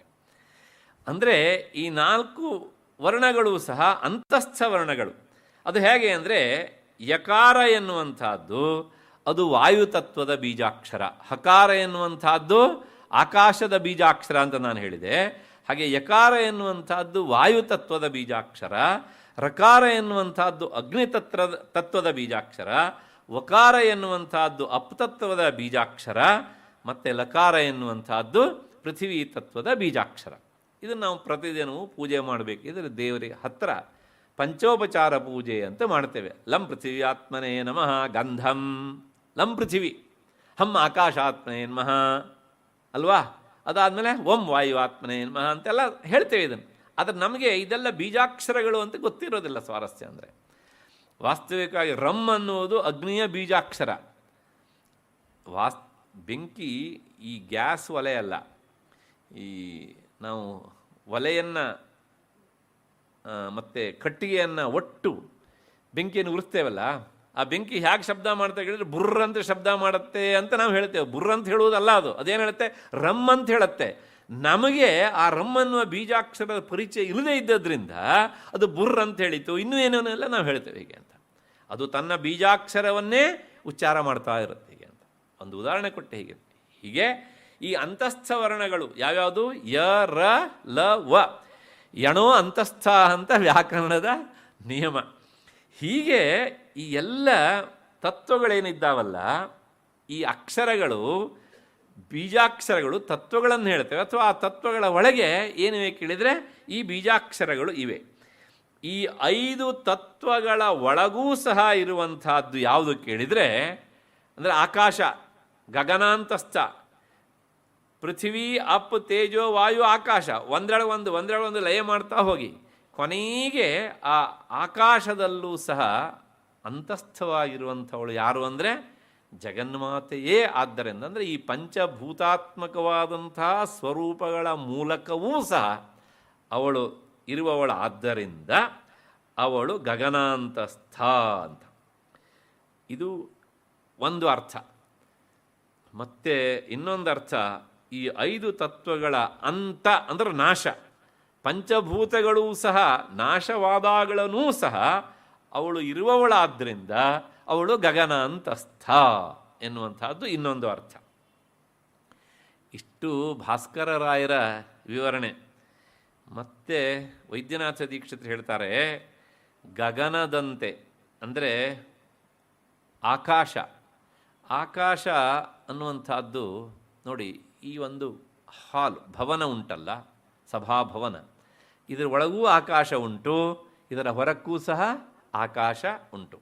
ಆಕಾಶದಂತೆ ಒಳ ಹೊರಗುಗಳಲ್ಲೆಲ್ಲ ತುಂಬಿಕೊಂಡವಳು. ಆದ್ದರಿಂದ ಒಂದು ಅವಳು ಗಗನಾಂತಸ್ಥ. ಇನ್ನೊಂದು ಆಕಾಶದ ಸ್ವಭಾವ, ಅದು ಯಾವುದನ್ನೂ ಸಹ ಲೇಪಿಸಿಕೊಳ್ಳುವುದಿಲ್ಲ, ಅಂಟಿಸಿಕೊಳ್ಳೋದಿಲ್ಲ. ಅಂಟಿಸಿಕೊಳ್ಳತ್ತಾ? ನಾ ಆಗಲೇ ಹೇಳಿದೆ, ಅದು ಯಾವುದರಿಂದಲೂ ಸಹ ಮಲಿನ ಆಗುವುದಿಲ್ಲ. ಬೇರೆ ತತ್ವಗಳು ಅಂಟಿಸಿಕೊಳ್ಳುತ್ತವೆ, ಆದ್ದರಿಂದ ಮಲಿನವಾಗ್ತವೆ. ಆಕಾಶ ಯಾವುದನ್ನೂ ಅಂಟಿಸಿಕೊಳ್ಳುವುದಿಲ್ಲ, ಯಾಕೆಂದರೆ ಅದು ನಿರ್ಲೇಪವಾದ ತತ್ವವಾದ್ದರಿಂದ ಅದು ಹೇಗೆ ಶುದ್ಧವೋ ಹಾಗೆಯೇ ಜಗನ್ಮಾತೆಯು ಶುದ್ಧಳಾದ್ದರಿಂದ ನಿರ್ಲೇಪ ಭಾವದಿಂದ ಇರುವವಳಾದ್ದರಿಂದ ಬ್ರಹ್ಮಾಂಡ ನಾಶವಾದ ಮೇಲೂ ಸಹ ಇರ್ತಾಳೆ. ಆದ್ದರಿಂದ ಅವಳು ಗಗನಾಂತಸ್ಥ ಎನ್ನುವಂಥದ್ದು ಈ ನಾಮಕ್ಕೆ ಇರುವಂಥ ವಿವರಣೆ. ವೈದ್ಯನಾಥ ದೀಕ್ಷಿತರು ಕೊಟ್ಟಂತಹ ಹಿನ್ನೆಲೆಯಲ್ಲಿ ಇಷ್ಟು ವಿವರಣೆ. ಅದಾದ ಮೇಲೆ ಮುಂದಿನ ನಾಮ ಗರ್ವಿತ ಎನ್ನುವಂಥದ್ದು. ಗರ್ವಿತ ಅಂದರೆ ಗರ್ವಿತಳಾಗಿರುವವಳು, ಗರ್ವಿಷ್ಠಳು ಅಂತಲೇ ಅರ್ಥ ನೇರವಾಗಿ. ನಮಗಿಲ್ಲೊಂದು ಪ್ರಶ್ನೆ, ಅಲ್ರಿ, ನಮಗೆ ಗರ್ವ ಇದ್ದರೆ ಸರಿ, ನಮ್ಮಿಂದ ಪೂಜೆಗೊಳ್ಳುವಂಥ ಜಗನ್ಮಾತೆಯೂ ಗರ್ವ ಇರಬೇಕಾ ಅಂತ. ನಂದು ಇದಕ್ಕೊಂದು ವಿರುದ್ಧವಾದ ಪ್ರಶ್ನೆ.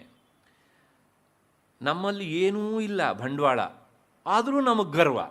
ಅವಳಲ್ಲಿ ಎಲ್ಲವೂ ಉಂಟು, ಅವಳು ಯಾಕೆ ಗರ್ವ ಪಡಬಾರ್ದು? ಇದ್ದವ್ರು ಗರ್ವ ಪಟ್ಟರೆ ಒಂದು ಬೆಲೆ, ಇಲ್ಲದೆ ಇದ್ದವ್ರು ಗರ್ವ ಪಟ್ಟರೆ ಏನ್ರಿ ಬೆಲೆ? ನಾವು ಪ್ರಶ್ನೆ ಕೇಳೋದಲ್ಲ ಹೀಗೇನೆ, ಅಲ್ಲ ಅವಳಿಗೆ ಯಾಕಷ್ಟು ಗರ್ವ ಅಂದರೆ ನಾವು ಮಾತ್ರ ಗುತ್ತಿಗೆ ತಗೊಂಡಿದ್ದೇವ ಗರ್ವ ಪಡೋದಕ್ಕೆ? ಸ್ವಲ್ಪ ಮಾಡಬೇಕಲ್ವ. ಯಾಕೆ ಅಂದರೆ ವಿಶ್ವ ನಿರ್ಮಾಣ ಮಾಡ್ತೇನೆ ಎನ್ನುವಂಥ ಅಹಂಕಾರ ಅವಳಲ್ಲಿ ಉಂಟಂತೆ. ಇದೇ ಆ ಶಕ್ತಿ ಪಡ್ತಾಳೆ. ಇಲ್ಲದೆ ಇದ್ದವರೇ ಗರ್ವ ಪಟ್ಟ ಮೇಲೆ ಇದ್ದವ್ರು ಗರ್ವ ಪಟ್ಟರೆ ಏನ್ರಿ ತಪ್ಪು ಅಲ್ವಾ? ಹಾಗಾಗಿ ಆ ಬರೀ ಅಹಂಕಾರ ಅಲ್ಲ, ಮಹಾ ಅಹಂಕಾರ, ಮಹಾಗರ್ವ ಅಂತ ಅದರ ಅರ್ಥ. ಸರ್ವವ್ಯಾಪಕಳೂ ಆದಂತಹ ದೇವಿ ಸರ್ವಜ್ಞಳೂ ಹೌದು, ಸರ್ವಶಕ್ತಳೂ ಹೌದು. ಆದ್ದರಿಂದ ಗರ್ವ ಪಡುವಿಕೆ ಅವಳಿಗೆ ಭೂಷಣವೇ ಹೊರತು ಅದು ದೂಷಣ ಅಲ್ಲ ಎನ್ನುವಂಥದ್ದನ್ನು ನಾವು ಮತ್ತೆ ಮತ್ತೆ ನೆನಪಿಟ್ಕೊಳ್ಬೇಕು.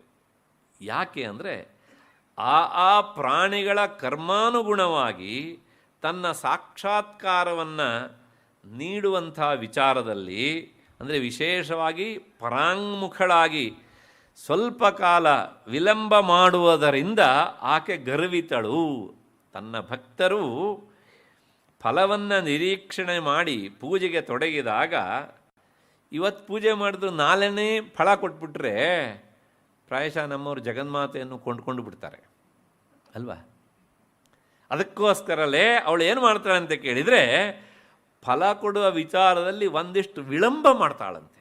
ಆ ವಿಳಂಬವೇ ಗರ್ವ ಎನ್ನುವಂಥದ್ದು ಇನ್ನೊಬ್ಬ ಶಾಸ್ತ್ರಕಾರರ ಮಾತು ಅಂತ. ಎಷ್ಟು ಸುಂದರವಾದ ಕಲ್ಪನೆ ನೋಡಿ ಹೀಗೆ ಅಂತ. ಅದಾದಮೇಲೆ ಇನ್ನೊಂದು ಅರ್ಥ, ತನ್ನ ಸೃಷ್ಟಿ ಕಾರ್ಯದ ಬಗ್ಗೆ ಅವಳಿಗೆ ಅಭಿಮಾನ ಉಂಟಂತೆ. ನಾನು ಅತ್ಯಂತ ಸಮರ್ಪಕವಾಗಿ ಮಾಡಿದ್ದೇನೆ ಅಂತ, ಪರ್ಫೆಕ್ಷನ್ ಎನ್ನುವಂಥದ್ದು ಉಂಟು ಈ ಕೆಲಸದಲ್ಲಿ ಅಂತ. ವಾಸ್ತವಿಕವಾಗಿ ನಾವು ಯಾವ ಕೆಲಸನೂ ನೆಟ್ಟಿಗೆ ಮಾಡೋದಿಲ್ಲ, ಆದರೂ ಸಹ ನಮ್ಮ ಒಂದಿಷ್ಟು ಗರ್ವ ಉಂಟು. ಎಲ್ಲವನ್ನೂ ಸರಿಯಾಗಿ ಮಾಡಿ ಆದಮೇಲೆ ಗರ್ವ ಪಟ್ಟರೆ ಆ ಗರ್ವಕ್ಕೆ ನಿಜವಾಗಿ ಒಂದು ಬೆಲೆ. ಏನೂ ಇಲ್ಲದೆ ಸುಮ್ಮನೆ ಗರ್ವ ಪಡೋದು, ಓ ಅಂದರೆ ಠೋ ಅನ್ನೋಕ್ಕೆ ಬರೋದಿಲ್ಲ ಅಂತ ಹೇಳ್ತಾರಲ್ಲ ಕನ್ನಡದೊಳಗೆ, ಹಾಗೆ. ಆದರೂ ಸಹ ಒಂದಿಷ್ಟು ಕಾಲಿನ ತಲೆವರೆಗೆ ಒಂದಿಷ್ಟು ಉಂಟು ಈಗೋ, ಒಂದು 10 kg. ಏನು ಪ್ರಯೋಜನ? ಸಾಮರ್ಥ್ಯ ಇರಬೇಕು, ಜ್ಞಾನ ಇರಬೇಕು, ಎಲ್ಲವೂ ಇರಬೇಕು. ಎಲ್ಲವೂ ಇದ್ದೂ ಸಹ ಅತ್ಯಂತ ಗಂಭೀರವಾಗಿ ಇದ್ದಾಗ ಅದು ಗರ್ವ. ಆ ಗರ್ವವೂ ಸಹ ಒಂದು ರೀತಿಯಲ್ಲಿ ಭೂಷಣವೇ, ಅದು ದೂಷಣೆ ಅಲ್ಲ. ಏಕೆಂದರೆ ಇಷ್ಟೆಲ್ಲ ಶಕ್ತಿ ಸಂಪನ್ನೆ ಆದಂಥ ಅವಳಲ್ಲಿ ಇಂತಹ ಒಂದು ಗರ್ವ ಏನುಂಟಲ್ಲ, ಅವಳಿಗೆ ಅದು ಅಲಂಕಾರವೇ ಅಷ್ಟೇ ಹೊರತು ಸಹ ಅದು ದೋಷ ಅಲ್ಲ ಅಂತ ಶಾಸ್ತ್ರಕಾರರು ಜಗನ್ಮಾತೆಯನ್ನು ಗರ್ವಿತ ಅಂತ ಕರೆದಿದ್ದಾಳೆ. ಯಾಕೆ ಗರ್ವಿತಳು ಗೊತ್ತಾ? ಇನ್ನೂ ಒಂದು ಮಾತುಂಟು, ವಿದ್ಯಾರಣ್ಯರ ಮಾತು. ಚಿತಾಭಸ್ಮಾಲೇಪೋ ಗರಲಮಶನಂ ದಿಕ್ಪಟಧರ ಜಟಾಧಾರಿ ಕಂಠೆ ಭುಜಗಪತಿಹಾರಿ ಪಶುಪತಿ ಕಪಾಲೀ ಭೂತೇಶೋ ಭಜತಿ ಜಗದೀಶೈಕ ಪದವೀಂ ಭವಾನಿ ತ್ವತ್ಪಾಣಿಗ್ರಹಣ ಪರಿಪಾಟಿ ಫಲಮಿದಂ. ಹೇ ಭವಾನಿ ತ್ವತ್ಪಾಣಿಗ್ರಹಣ ಪರಿಪಾಟಿ ಫಲಮಿದಂ. ಮೇಡಮ್ ಅವರು ಗರ್ವ ಪಡೋದಕ್ಕೆ ಲಾಯಕ್, ಇವತ್ತಿನ ಭಾಷೆಯಲ್ಲಿ ಹೇಳಬೇಕು ಅಂದರೆ. ಯಾಕೆ ಅಂದರೆ ಆಕೆಯ ಗಂಡ ಶಿವ, ಅವನು ಇಟ್ಟುಕೊಳ್ಳುವಂತಹ ಭಸ್ಮ ಎಲ್ಲಿದಪ್ಪ ಕೇಳಿದ್ರೆ ಚಿತಾಭಸ್ಮಾಲೇಪ, ಮಹಾಶ್ಮಶಾನದ ಭಸ್ಮ. ಅಂದರೆ ಒಂದು ಒಳ್ಳೆಯ ಸುಗಂಧ ಪೂರಿತವಾದ ಭಸ್ಮವನ್ನು ಹಚ್ಕೊಳ್ಳುವಂಥದ್ರ ಮಟ್ಟಿಗೂ ಸಹ ಅವನಿಗೆ ಸಾಮರ್ಥ್ಯ ಇಲ್ಲ. ಹೌದಾ? ಮತ್ತೆ ಇದನ್ನೆಲ್ಲ ಹೀಗೆ ತಗೊಳ್ಬೇಡಿ ದಯವಿಟ್ಟು, ಅಪಾರ್ಥ ಆಗಿಬಿಡುತ್ತೆ. ಇದಕ್ಕೆ ವೇದಾಂತದ ಅರ್ಥ ಉಂಟು ಮತ್ತೆ. ಆದರೆ ಇಲ್ಲಿ ಜಗನ್ಮಾತೆಯನ್ನು ನಾವು ಹೊಗಳಬೇಕು, ಯಾಕೆಂದರೆ ಇದು ಶಕ್ತಿ ಪಾರಮ್ಯವನ್ನು ಹೇಳುವ ಗ್ರಂಥವಾದ್ದರಿಂದ ಅವಳನ್ನು ಒಂದು ತಗಟಿ ಮೇಲಿಡಬೇಕು. ಯಾರಿಗಿಂತ? ಶಿವನಿಗಿಂತ. ಇಷ್ಟೊತ್ತು ಮಾತ್ರ. ಹಾಗಾಗಿ ಈ ಮಾತು ಚಿತಾಭಸ್ಮಾಲೇಪ. ಅವಳ ಗಂಡನ ಪರಿಸ್ಥಿತಿ ಹೇಗುಂಟು ಕೇಳಿದರೆ ಸ್ಮಶಾನದ ಬೂದಿ ಬಡಕ. ಹೇಳಬೇಕು ಅಂದರೆ ಮೈಯ ತುಂಬ ಸುಡಗಾಡ ಬೂದಿ, ತಲೆ ಬುರುಡೆ, ಕೈಯಲ್ಲಿ ಹಿಡಿದ ಅಲ್ವಾ. ಯಾವುದು ಕೇಳಿದರೆ ಅಲ್ಲಿರುವಂತಹ ಆ ಸ್ಕಲ್ಗಳನ್ನು ಹಿಡ್ಕೊಂಡು ಬ್ರಹ್ಮಕಪಾಲ ನೋಡ್ತೇವಲ್ಲ. ಅದರ ಜೊತೆಗೆ ನೋಡೋಣ, ಈ ಶ್ಲೋಕ ಮುಗಿಸ್ಬಿಡೋಣ ಮೊದಲು. ಚಿತಾಭಸ್ಮಾಲೇಪ ಗರಳ ಮಶನಂ. ತಿನ್ನೋದಕ್ಕೇನಪ್ಪ ಕೇಳಿದರೆ ಆಹಾರ, ಒಂದಿಷ್ಟು ವಿಷ ತಿಂದ ಅವನು. ಸಮುದ್ರ ಮಥನ ಕಾಲದಲ್ಲಿ ವಿಷ ಬಂದಾಗ ಎಲ್ಲ ದೇವತೆಗಳು ಸಹ ನಮ್ಮ ದೇಶದ ಅಥ್ಲೆಟಿಕ್ಕನ್ನೆಲ್ಲ ನಾಚಿಸಬೇಕು, ಹಂಗೆ ಓಡಿದರು. ಆಗ ಯಾರೂ ಓಡಬೇಡಿ ನಾನಿದ್ದೇನೆ ಅಂದ ಪುಣ್ಯಾತ್ಮ. ಯಾರು? ಶಿವ. ಬಂದ ಆ ವಿಷವನ್ನು ಉಂಡ, ನಂಜನ್ನು ಉಂಡ, ನಂಜುಂಡ ಆದ. ಹೌದು ತಾನೆ? ಗರಲ ಮಶನಂ ಅಂದರೆ ಇಂಡೈರೆಕ್ಟಾಗಿ ಏನು ಹೇಳ್ದಂಗಾಯ್ತು, ಅವನಿಗೆ ಊಟ ಮಾಡೋದಕ್ಕೆ ನೆಟ್ಟಿಗೆ ಮನೆಯಲ್ಲಿ ಊಟ ಇಲ್ಲ, ಅಷ್ಟು ಬಡವ. ಹೌದು ತಾನೆ? ಆಮೇಲೆ ದಿಕ್ಪಟಧರ, ಹಾಕ್ಕೊಳ್ಳೋ ಬಟ್ಟೆ ಏನು ಕೇಳಿದರೆ ಈಸ್ ಎ ನೇಕೆಡ್, ದಿಗಂಬರ ಅವನು. ಬಟ್ಟೆಗೂ ಗತಿ ಇಲ್ಲ ರೀ ಅವನಿಗೆ. ಇದು ಕಾವ್ಯದ ಅರ್ಥ, ಸ್ತೋತ್ರದ ಅರ್ಥ. ಯಾಕೆ ಅವನು naked? Shiva is A Omni present. ಅವನು ಎಲ್ಲ ಕಡೆಗೂ ಇದ್ದಾನೆ, ಸರ್ವವ್ಯಾಪಕ. ಸರ್ವವ್ಯಾಪಕನಾದವನಿಗೆ ನೀವು ಅಲ್ಲಿಂದ ಯಾವ ಅಂಗಡಿಯಿಂದ ಏನೆಂದು ಬಟ್ಟೆ ಹಾಕ್ತಿರ್ರಿ? ಆಗತ್ತಾ? ಇಲ್ಲ. ಹಾಗಾಗಿ ಅದು ವೇದಾಂತದ ಅರ್ಥ, ಆದರೆ ಇಲ್ಲಿ ಹೇಳುವಂಥದ್ದು ಸ್ತೋತ್ರದ ಅರ್ಥ. ಆದ್ದರಿಂದ ಈಸ್ ಎ ನೇಕೆಡ್, ಅವನು ದಿಗಂಬರ, ಬಟ್ಟೆ ಇಲ್ಲ ಅವನಿಗೆ. ಏನು ಹೇಳಬೇಕು? ಅವನಿಗೆ ಬಟ್ಟೆ ಹಾಕ್ಕೊಳ್ಳೋದಕ್ಕೂ ಗತಿ ಇಲ್ಲ. 3 ಕಾರಣ ಆಯಿತು. ಮತ್ತು ಗರಳ ಮಶರಂ ದಿಕ್ಪಟಧರ ಜಟಾಧಾರಿ, ಮತ್ತು ಆ ಕೂದಲಿಗೆ ಕೂಮನ್ನು ತಾಗಿಸದೆ ಎಷ್ಟು ವರ್ಷ ಆಗಿದೆಯೋ, ಜಟೆಗಟ್ಟು ಹೋಗ್ಬಿಟ್ಟಿದೆ ಅದಕ್ಕೆ ಅಂತ. ಒಂದು ಹಣಿಗೆ ತಂದ್ಕೊಂಡು ಬಾಚ್ಕೊಳ್ಳೋದಕ್ಕೂ ಗತಿ ಇಲ್ಲ ಅಂತ. ಜಟಾಧಾರಿ ಕಂಠೆ ಭುಜಗಪತಿಹಾರಿ, ಸಾಲದಕ್ಕೆ ಮೈ ತುಂಬ ಹಾವುಗಳನ್ನು ಸುತ್ತಕೊಂಡವನು. ಒಂದಿಷ್ಟು ಬೂದಿ, ಒಂದಿಷ್ಟು ಹಾವುಗಳು ಅವನ ಆಸ್ತಿ. ಅಂದರೆ ಇಂಥವನು ಕಟ್ಕೊಂಡು ಏನು ಮಾಡಲಿಕ್ಕಾಗತ್ತೆ? ಗರಳ ಮಶರಂ ದಿಕ್ಪಟಧರ ಜಟಾಧಾರಿ ಕಂಠೆ ಭುಜಗಪತಿಹಾರಿ. ಇನ್ನು ಹತ್ಕೊಂಡು ಹೋಗಬೇಕು ಅಂದರೆ ಒಂದು ಒಳ್ಳೆ ಕಾರು ಉಂಟು ಅವನ ಹತ್ರ, ಅದು ಇಲ್ಲ. ಮುದಿ ಮುದಿ ಮುದಿ ಮುದಿಯಾದ ಎತ್ತು, ಪಶುಪತಿ ಅಲ್ವಾ? ಮತ್ತು ಭುಜಗಪತಿಹಾರಿ ಪಶುಪತಿ. ಕೈಯಲ್ಲೇನುಂಟು ಕೇಳಿದರೆ ಕಪಾಲಿ, ಆ ಬ್ರಹ್ಮನ ತಲೆ ತೆಗೆದಿದ್ನಲ್ಲ ಅದು ಅವನ ಕೈಯಲ್ಲಿದೆ, ಬ್ರಹ್ಮ ಕಪಾಲ, ಅವನ ಸ್ಕಲ್. ಅದನ್ನೇ ಇಟ್ಕೊಂಡು ಭಿಕ್ಷೆ ಬಿಡ್ಲಿಕ್ಕೆ ಹೋಗ್ತಾನೆ ಅವನು. ಅಂದರೆ ಭಿಕ್ಷೆ ಪಾತ್ರೆಗೂ ಗತಿ ಇಲ್ಲ ಅವನಿಗೆ. ಯಾರಿಗೆ? ಶಿವನಿಗೆ. ಯಾರಾದರೂ ಶಿವನನ್ನು ಬೈಬೇಕು ಅಂತ ಲೆಕ್ಕ ಹಾಕ್ಕೊಂಡಿದ್ದು ನೋಡಿ, ಒಳ್ಳೊಳ್ಳೆ ಪಾಯಿಂಟ್ಸ್ ಉಂಟು, ಎಲ್ಲ ಟಿಪ್ಪಣಿ ಮಾಡ್ಕೊಳ್ಳಿ. ನೆಕ್ಸ್ಟ್ ಶಿವರಾತ್ರಿ, ಈ ಸಲ ಅಂತೂ ತಪ್ಪಾಯಿತು ಚಾನ್ಸ್, ನೆಕ್ಸ್ಟ್ ಶಿವರಾತ್ರಿ ಇದನ್ನೆಲ್ಲ ಇಟ್ಕೊಂಡು ಬೈಬೋದು ನೀವು ಅವನಿಗೆ. ಯಾಕೆಂದರೆ ನಮ್ಮಲ್ಲಿ ಕೆಲವು ಜನರಿಗೆ ಶಿವನನ್ನು ಬೈಯೋದು ಅಂದರೆ ಬಹಳ ಖುಷಿ ಅವನಿಗೆ. ಕೆಲವು ಜನರಿಗೆ ಬೈರಿ, ಎಷ್ಟಾರು ಬೈರಿ, ಆದರೆ ಅದರ ಹಿನ್ನೆಲೆ ಇರುವಂಥ ತಾತ್ವಿಕ ವಿಚಾರ ಏನು ನಾಶ ಆಗೋದಿಲ್ಲ, ಅದನ್ನು ಮರಿಬೇಡಿ ನೀವು. ಹಾಗಾಗಿ ಕಪಾಲಿ ಭೂತೇಶ. ಇನ್ನು ಇವನು ಪ್ರಜೆಗಳು ಯಾರು ಕೇಳಿದರೆ ಇವನು ಅನುಯಾಯಿಗಳು, ಆ ಭೂತ ಗಣಗಳು, ಇವನು ಹಿಂದೆ ಹೋಗುವಂಥವ್ರು. ಯಾಕೆಂದ್ರೆ ಸ್ಮಶಾನದಲ್ಲಿ ಇರುವವನಲ್ವ ಅವನಿಗೆ ಅಂತ. ಕಪಾಲಿ ಭೂತೇಶೋ, ಇಷ್ಟೆಲ್ಲ ಡಿಸ್ಕ್ವಾಲಿಫಿಕೇಶನ್ ಉಂಟು ಅವನೊಳಗೆ, ಅವನಲ್ಲಿ. ಆದ್ರೂ ಸಹ ಲೋಕದ ಜನ ಅವನನ್ನು ಏನಂತ ಕರೀತಾರೆ ಹೇಳಿದರೆ ಜಗದೀಶ ಅಂತ ಕರೀತಾರಂತೆ. ಜಗದೀಶ ಅಂದರೆ ಏನು? ಜಗತ್ತಿನ ಒಡೆಯ. ಆ ಒಡೆತನಕ್ಕೆ ಸಂಬಂಧಪಟ್ಟ ಯಾವುದಾದ್ರು ಒಂದು ಸಂಪತ್ತು ಅವನಲ್ಲಿ ಉಂಟಾ ಈ ಶ್ಲೋಕ ಹೇಳುವ ಹಾಗೆ? ಇಲ್ಲ. ಹಾಗಿದ್ರೂ ಸಹ ಅವನು ಜಗದೀಶ ಅಂತ ಕರೆಯಲ್ಪಡ್ತಾನೆ ಅಂತಾದರೆ ಇದು ಅವನ ಯೋಗ್ಯತೆ ಅಲ್ಲ. ಯಾರ ಯೋಗ್ಯತೆ? ಭವಾನಿ ತ್ವತ್ ಪಾಣಿಗ್ರಹಣ ಪರಿಪಾಟಿ ಫಲಮಿದಂ. ಅಮ್ಮ, ಇದು ನೀನು ಅವನ ಕೈ ಹಿಡಿದ ಮಹಿಮೆ. ಹಾಗಾಗಿ ಅಮ್ಮ ಅವರ ಪ್ರಭಾವದಿಂದ ಯಜಮಾನ್ರು ಏನೂ ಇಲ್ದಿದ್ರು ಜಗದೀಶ ಅಂತ ಕರೆಸ್ಕೊಳ್ತಾರೆ ಅಂತಾದರೆ ಅಂದರೆ ಅಮ್ಮ ಅವರಲ್ಲಿ ಅಷ್ಟು ಉಂಟು ಅಂತಾಯಿತು. ಇಂಥ ಅಮ್ಮ ಗರ್ವ ಪಟ್ಟರು ತಪ್ಪೇನ್ರಿ? ಹೌದು ತಾನೆ? ಆದ್ದರಿಂದ ನಿನಗೆ ಎಲ್ಲ ರೀತಿಯ ಗರ್ವ ಪಡೋದಕ್ಕೆ ಅವಕಾಶ ಉಂಟು ತಾಯಿ ಎನ್ನುವ ಹಾಗೆ ವ್ಯಾಖ್ಯಾನಕಾರರು ಆ ರೀತಿಯಾಗಿ ಒಂದು ರೀತಿಯ ಸಮರ್ಥನೆಯನ್ನು ಮಾಡಿಕೊಂಡು ಬಂದಿದ್ದಾರೆ. ಅಷ್ಟು ಹಿನ್ನೆಲೆಯಲ್ಲಿ ಈ ನಾಮದ ವಿವರಣೆ ಆಯಿತು ಅಂತ ಅಂದ್ಕೊಂಡು ಮುಂದಿನ ನಾಮಕ್ಕೆ ಹೋಗೋಣ. ಗಾನಲೋಲುಪ ಅಂತ. ಗಾನಲೋಲುಪ ಅಂದರೆ ಗಾನಲೋಲುಪಳಾಗಿರುವವಳು, ಅದರ ಯಥಾವತ್ತಾದ ಅರ್ಥ. ಲೋಲುಪ ಅಂದರೆ ಆಸಕ್ತಳು ಅಂತ, ಗಾನದಲ್ಲಿ ಆಸಕ್ತಳಾದವಳು ಅಂತ. ಗಾನದಲ್ಲಿ ಆಸಕ್ತಳಾಗಿರುವವಳು ಹಾಗಿದ್ರೆ ಆ ಗಾನ ಅಂದರೆ ಹಾಡುವುದು ಅಂತ ಅರ್ಥ. ಅದಕ್ಕೆ ಸಂಬಂಧಪಟ್ಟಂಥ ಪರಿಕರಗಳನ್ನು ಸೇರಿಸಿಕೊಂಡು ಗಾನ ಅಂತ ಹೇಳುವಂಥದ್ದು. ಏನೆಲ್ಲ ಇರಬೇಕು? ಮೃದಂಗ ಇರಬೇಕು, ಮತ್ತು ತಬಲೆ ಇರಬೇಕು, ಸಾಲದಕ್ಕೆ ಫ್ಲೂಟ್ ಇರಬೇಕು. ಅದೆಲ್ಲ ಇದ್ದಾಗ ಗಾನ ಎನ್ನುವಂಥದ್ದು ಮೆರುಗು ಪಡೆಯುತ್ತೆ. ಇಂಥ ಸಕಲ ಪರಿಕರಗಳಿಂದ ಕೂಡಿದಂಥ ಗಾನದಲ್ಲಿ ಲೋಲುಪಳಾದವಳು ಅಂತ. ಹಾಗಿದ್ರೆ ಈ ಗಾನದ ಬಗ್ಗೆ ನಮ್ಮ ಹಿರಿಯರು ಒಂದಿಷ್ಟು ವಿವರಣೆಯನ್ನು ಕೊಡ್ತಾರೆ. ಅಲ್ಲಿ ಬಳಸುವಂಥ ಇನ್ಸ್ಟ್ರೂಮೆಂಟ್ಗಳ ಬಗ್ಗೆಲ್ಲ ಬೇರೆ ಬೇರೆ ಬೇರೆ ಬೇರೆ ಹೆಸರುಗಳಿವೆ ನೋಡಿ. ಲಲಿತಾ ಸಹಸ್ರನಾಮ ಸಾಮಾನ್ಯ ಜನರ ದೃಷ್ಟಿಯಲ್ಲಿ ಪಾರಾಯಣ ಮಾಡುವ ಗ್ರಂಥ. ಆದರೆ ನೀವು ಒಳಕ್ಕೆ ಹೋದರೆ ಅದೊಂದು ವಿಶ್ವಕೋಶ.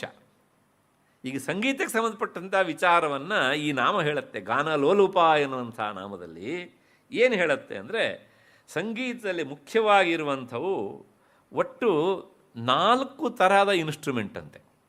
ಇವತ್ತು ಬೇರೆ ಬೇರೆ ಇನ್ಸ್ಟ್ರೂಮೆಂಟ್ ಬಂದರೂ ಸಹ ಆ 4ರ ಪ್ರಭೇದಗಳೇ ಅಷ್ಟೇ ಹೊರತು ಬೇರೆ ಅಲ್ಲ ಅಂತ. ಯಾವ್ಯಾವುದು ಅಂದರೆ ಒಂದೊಂದಕ್ಕೂ ಒಂದೊಂದು ಹೆಸರು. ಒಂದರ ಹೆಸರು ತತ, ನೀವು ಕೇಳಲಿಲ್ಲ ಇದನ್ನು, ಮತ್ತು ವಿವರಣೆ ಬೇಕು ಆಮೇಲೆ ಹೇಳ್ತೇನೆ. ಮತ್ತು 2ನೇದು ಅವನದ್ಧ, 3ನೇದು ಸುಷಿರ, 4ನೇದು ಘನ ಅಂತ. ಈ ನಾಲ್ಕರ ಸಮುಚ್ಚಯವಾದದ್ದೇ ಗಾನ ಎನ್ನುವಂಥದ್ದು. ಈ ನಾಲ್ಕು ಗಾನದ ಜೊತೆ ಸೇರಿದಾಗ ಗಾನದ ಮೆರಗು ಹೆಚ್ಚಾಗ್ತದೆ. ಇಂಥ ಗಾನದಲ್ಲಿ ಆಸಕ್ತಳಾದ್ದರಿಂದ ದೇವಿ ಗಾನ ಲೋಲುಪ ಅಂತ ಕರೆಸ್ಕೊಂಡಿದ್ದಾಳೆ. ಅದೇನೋ ಸರಿ ಹೋಯಿತು. ಆದರೆ ಈ ನಾಲ್ಕು ಹೇಳಿದೆಲ್ರಿ, ಒಂದು ಹೆಸರು ನಮಗೆ ಅರ್ಥ ಆಗಲಿಲ್ಲ ಅಂತಂದರೆ ಸ್ವಲ್ಪ ವಿವರಣೆ ನೋಡೋಣ. ತತ ಅಂತ ಹೇಳಿದೆ ನಾನು ಮೊದಲು. ತತ ಅಂದರೆ ತಂತಿಗಳಿಂದ ಮಾಡಿದ ವಾದ್ಯ. ನೀವು ಎಷ್ಟಾರು ಮಾಡ್ರಿ, ತಂತಿಗಳಿಂದ ಮಾಡಿದ ಎಲ್ಲ ವಾದ್ಯಗಳಿಗೂ ಸಹ ಏನಂತ ಹೆಸರು? ತತ ಅಂತ ಹೆಸರು. ಅದು ವೀಣೆ ಇರ್ಬೋದು, ಪಿಟೀಲ್ ಇರ್ಬೋದು, ಅಥವಾ ಇನ್ನೂ ಏನೇನೋ ಎಲ್ಲ, ಒಟ್ಟಾರೆ ತಂತಿಗಳಿಂದ ಮಾಡಿದ ಎಲ್ಲ ವಾದ್ಯಗಳಿಗೂ ಒಂದೇ ಹೆಸರು ತತ ಅಂತ. ಪ್ರಾಚೀನರ ಕಲ್ಪನೆ ಹೇಗಿದೆ ನೋಡಿ. ನಾವು ಅದರ ಆಕಾರ ನೋಡಿ ಹೆಸರಿಡೋದಿಲ್ಲ, ಅಲ್ಲಿರುವಂಥ ಮುಖ್ಯವಾದಂಥ ಒಂದು ಅಸಾಧಾರಣವಾದ ಕಾರಣವನ್ನು ಇಟ್ಕೊಂಡು ಅದಕ್ಕೆ ಹೆಸರಿಡ್ತೇವೆ ಹೀಗೆ ಅಂತ. ಹಾಗಾಗಿ ಈ ತಂತಿಗಳಿಂದ ಆದಂಥ ಎಲ್ಲ ಪ್ರಭೇದಗಳು ಸಹ ಈ ಹೆಸರಿನೊಳಗೆ ಸೇರಿಬಿಡ್ತವೆ ಹೀಗೆ ಅಂತ. ಅದು ಒಂದು. ಎರಡನೇದು ಅವನದ್ಧ ಅಂತ. ಅವನದ್ಧ ಅಂದರೆ ಬಡಿದು ನುಡಿಸುವಂಥ ವಾದ್ಯಗಳು. ಆನದ್ಧ ಅಂತಲೂ ಕರಿಬಹುದು, ಅವನದ್ಧ ಅಂತಲೂ ಹೇಳ್ತಾರೆ ಹೀಗೆ ಅಂತ.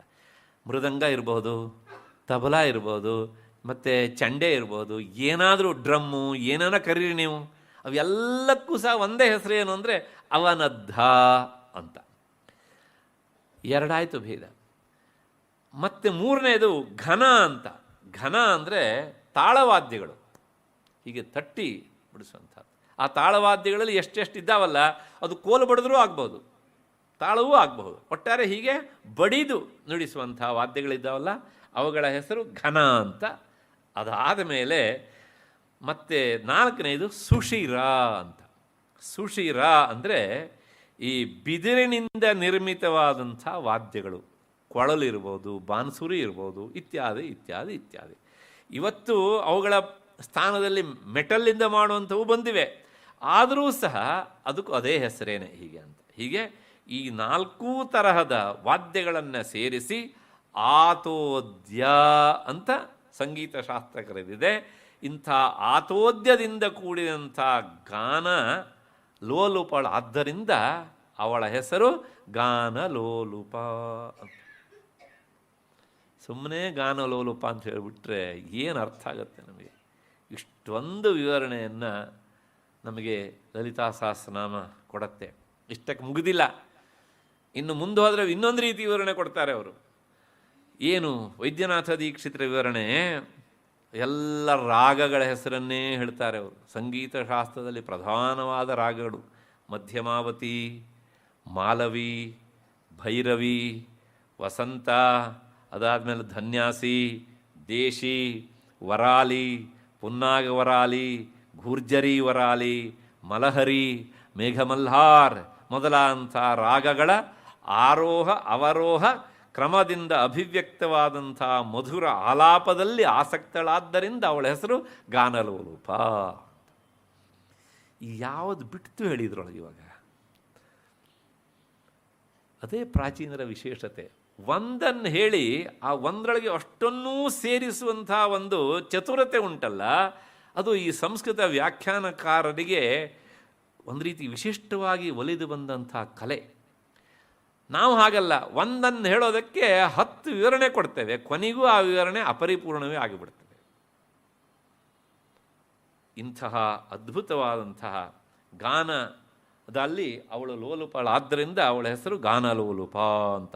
ಇದಿದ್ದೇನೆ ನೋಡಿ. ಸರಿಗಮ ಪಧನಿ ಸತಾಂತಾಂ ವೀಣಾ ಸಂಕ್ರಾಂತ ಕಾಂತ ಹಸ್ತಾಂತಾಂ ಶಾಂತಾಂ ಮೃದುಲ ಸ್ವಾಂತಾಂ ಕುಚಭರತಾಂ ತಾಂ ನಮಾಮಿ ಶಿವಕಾಂತಾಂ. ಅವಳು ಎಷ್ಟರ ಮಟ್ಟಿಗೆ ಸಂಗೀತ ಅಂದರೆ ಗಾನಲೋಲುಪಳು ಎನ್ನುವಂಥದ್ದು.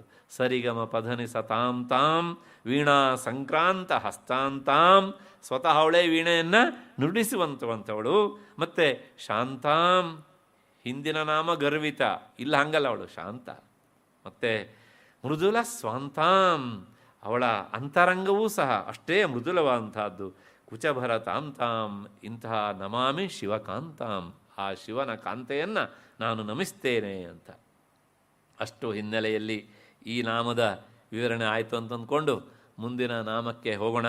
ಒಂದು 5 ನಿಮಿಷ ಇವತ್ತು ಹೆಚ್ಚು ಮಾಡಿಬಿಡ್ತೇನೆ, ಯಾಕೆಂದರೆ ಒಂದು ಪ್ರಾರಂಭಕ್ಕೆ ಒಂದು 6-7 ನಿಮಿಷ ತಡ ಆಗುತ್ತೆ, ಅದರಿಂದ ಅದನ್ನು ಮೇಕಪ್ ಮಾಡಿಬಿಟ್ರೆ ಸರಿ ಹೋಗುತ್ತೆ ಅಂತ. ಮುಂದಿನ ನಾಮ ಕಲ್ಪನಾರಹಿತ ಅಂತ. ಯಥಾವತ್ತಾದ ಅರ್ಥ ಕಲ್ಪನಾರಹಿತಳು ಅಷ್ಟೇ. ನಾವು ಪಾರಾಯಣ ಮಾಡಬೇಕಿದ್ರೆ ಇಷ್ಟೇ ಮನಸ್ಸಿಗೆ ಬರುತ್ತೆ, ಕಲ್ಪನಾರಹಿತ ಅಂತ. ಇನ್ನು ಕೆಲವು ಜನರಿಗೆ ಬೇರೆ ಬೇರೆ ಕಲ್ಪನಾಗರೆಲ್ಲ ಬಂದರೂ ಆಶ್ಚರ್ಯ ಏನಿಲ್ಲ. ಹಾಗಾಗಿ ಇಲ್ಲಿ ಕಲ್ಪನಾರಹಿತಳು ಅಂತ. ಹಾಗಿದ್ರೆ ಕಲ್ಪನಾ ಅಂದರೆ ಏನು ಅಂದರೆ ವಾಸನಾಮಯವಾದಂತಹ ದೃಶ್ಯ ತರಂಗಕ್ಕೆ, ಅಲೆಗೆ ಕಲ್ಪನಾ ಅಂತ ಹೆಸರು. ಈಗ ಉದಾಹರಣೆಗೆ ನಾವು ಬೇರೆಯವ್ರು ನೋಡಿರ್ಬೋದು, ಹಿಮಾಲಯವನ್ನು ಪ್ರತ್ಯಕ್ಷವಾಗಿ ಭೌತಿಕವಾಗಿ ನೋಡಲಿಲ್ಲಪ್ಪ ಅಲ್ವಾ. ಆಗ ನಾವು ಹಿಮಾಲಯ ಅಂದರೆ ಹೀಗಿದೆ ಅಂತ ಯಾರೋ ಒಬ್ಬರು ಹೇಳಿದಾಗ ನಾವು ಆ ಹಿಮಾಲಯವನ್ನು ಊಹಿಸಿಕೊಳ್ತೇವೆ, ಕಲ್ಪನೆ ಮಾಡ್ಕೊಳ್ತೇವೆ. ಹಾಗೆ ಮಾಡ್ಕೊಳ್ಳೋದಕ್ಕೆ ಏನಾಗುತ್ತೆ ಅಂತ ಕೇಳಿದರೆ, ಹಿಂದೆ ನಮ್ಮ ಊರಲ್ಲಿ ನಾವು ಯಾವುದೋ ಒಂದು ಪರ್ವತ ನೋಡಿರ್ತೇವೆ, ಹಾಗೆ ನೋಡಿದಂಥ ಪರ್ವತ ನೋಡಿದ ಸಂಸ್ಕಾರ ಉಂಟಲ್ಲ, ಅದು ಕೆಲಸ ಮಾಡಿ ಓ ಇದು ಹೀಗಿರಬಹುದು ಅಂತ ಅಂದ್ಕೊಂಡಿರ್ತೇವಲ್ಲ, ದಿಸ್ ಈಸ್ ಕಾಲ್ಡ್ ಕಲ್ಪನಾ ಅಂತ. ಆದರೆ ಇಂಥ ಕಲ್ಪನಾ ರಹಿತಳು, ಜಗನ್ಮಾತೆ ವಿಚಾರದಲ್ಲಿ ಅವಳು ಹೀಗಿದ್ದಾಳೆ ಅಂತ ನಾನು ನೀವು ಕಲ್ಪಿಸಿಕೊಳ್ಳೋದಕ್ಕೆ ಆಗೋದೇ ಇಲ್ಲ. ಹಾಗಾಗಿ ಅಂತಹ ವಾಸನಾಮಯವಾದಂತಹ ದೃಶ್ಯ ಅಲೆಗಳು ಅವಳ ಹತ್ತಿರವೂ ಸಹ ಇಲ್ಲದೇ ಇರುವುದರಿಂದ ದೇವಿ ಕಲ್ಪನಾರಹಿತಳು ಎನ್ನುವಂಥದ್ದು ಒಂದರ್ಥ. ಈ ಅಲೆಗಳು ಅಂದರೆ ವಿಚಾರದ ಅಲೆಗಳು ಕಲ್ಪಿತವಾದವುಗಳಾದ್ದರಿಂದಲೇ ದೇವಿಯಲ್ಲಿ ಅವು ಇಲ್ಲ. ಯಾಕೆಂದರೆ ದೇವಿ ಯಾವಾಗಲೂ ಕಲ್ಪಿತ ವಸ್ತು ಅಲ್ಲ, ಕಲ್ಪಿತ ವಸ್ತುಗಳಿಗೆ ಅವಳು ಆಧಾರಳು, ಅಧಿಷ್ಠಾನ. ಕಲ್ಪಿತ ವಸ್ತುಗಳು ಯಾವಾಗಲೂ ಅಧಿಷ್ಠಾನದಲ್ಲಿರ್ತವೆ ಅಷ್ಟೇ ಹೊರತು ಸಹ ಅಧಿಷ್ಠಾನ ರಹಿತವಾಗಿ ಕಲ್ಪಿತ ವಸ್ತುಗಳು ಇರುವುದಿಲ್ಲ. ಅಷ್ಟು ಹಿನ್ನೆಲೆಯಲ್ಲಿ ಅವಳಲ್ಲಿ ಎಷ್ಟೋ ಕಲ್ಪನೆ ನಾವು ಕಲ್ಪಿಸಿಕೊಂಡರೂ ಸಹ ಅದು ಯಥಾರ್ಥವಾದಂಥದ್ದು ಅಲ್ಲ. ಹೇಗೆ ಅಂದರೆ ಅದಕ್ಕೊಂದು ವಿವರಣೆ ಕೊಡ್ತಾರೆ, ಮುಂದಿನ ವಿವರಣೆ. ಇದು ಮೂರನೇ ಅರ್ಥ, ಕಲ್ಪೇಪಿ ನರಾಣಾಂಹಿತ ಕಲ್ಪನಾರಹಿತ ಅಂತ.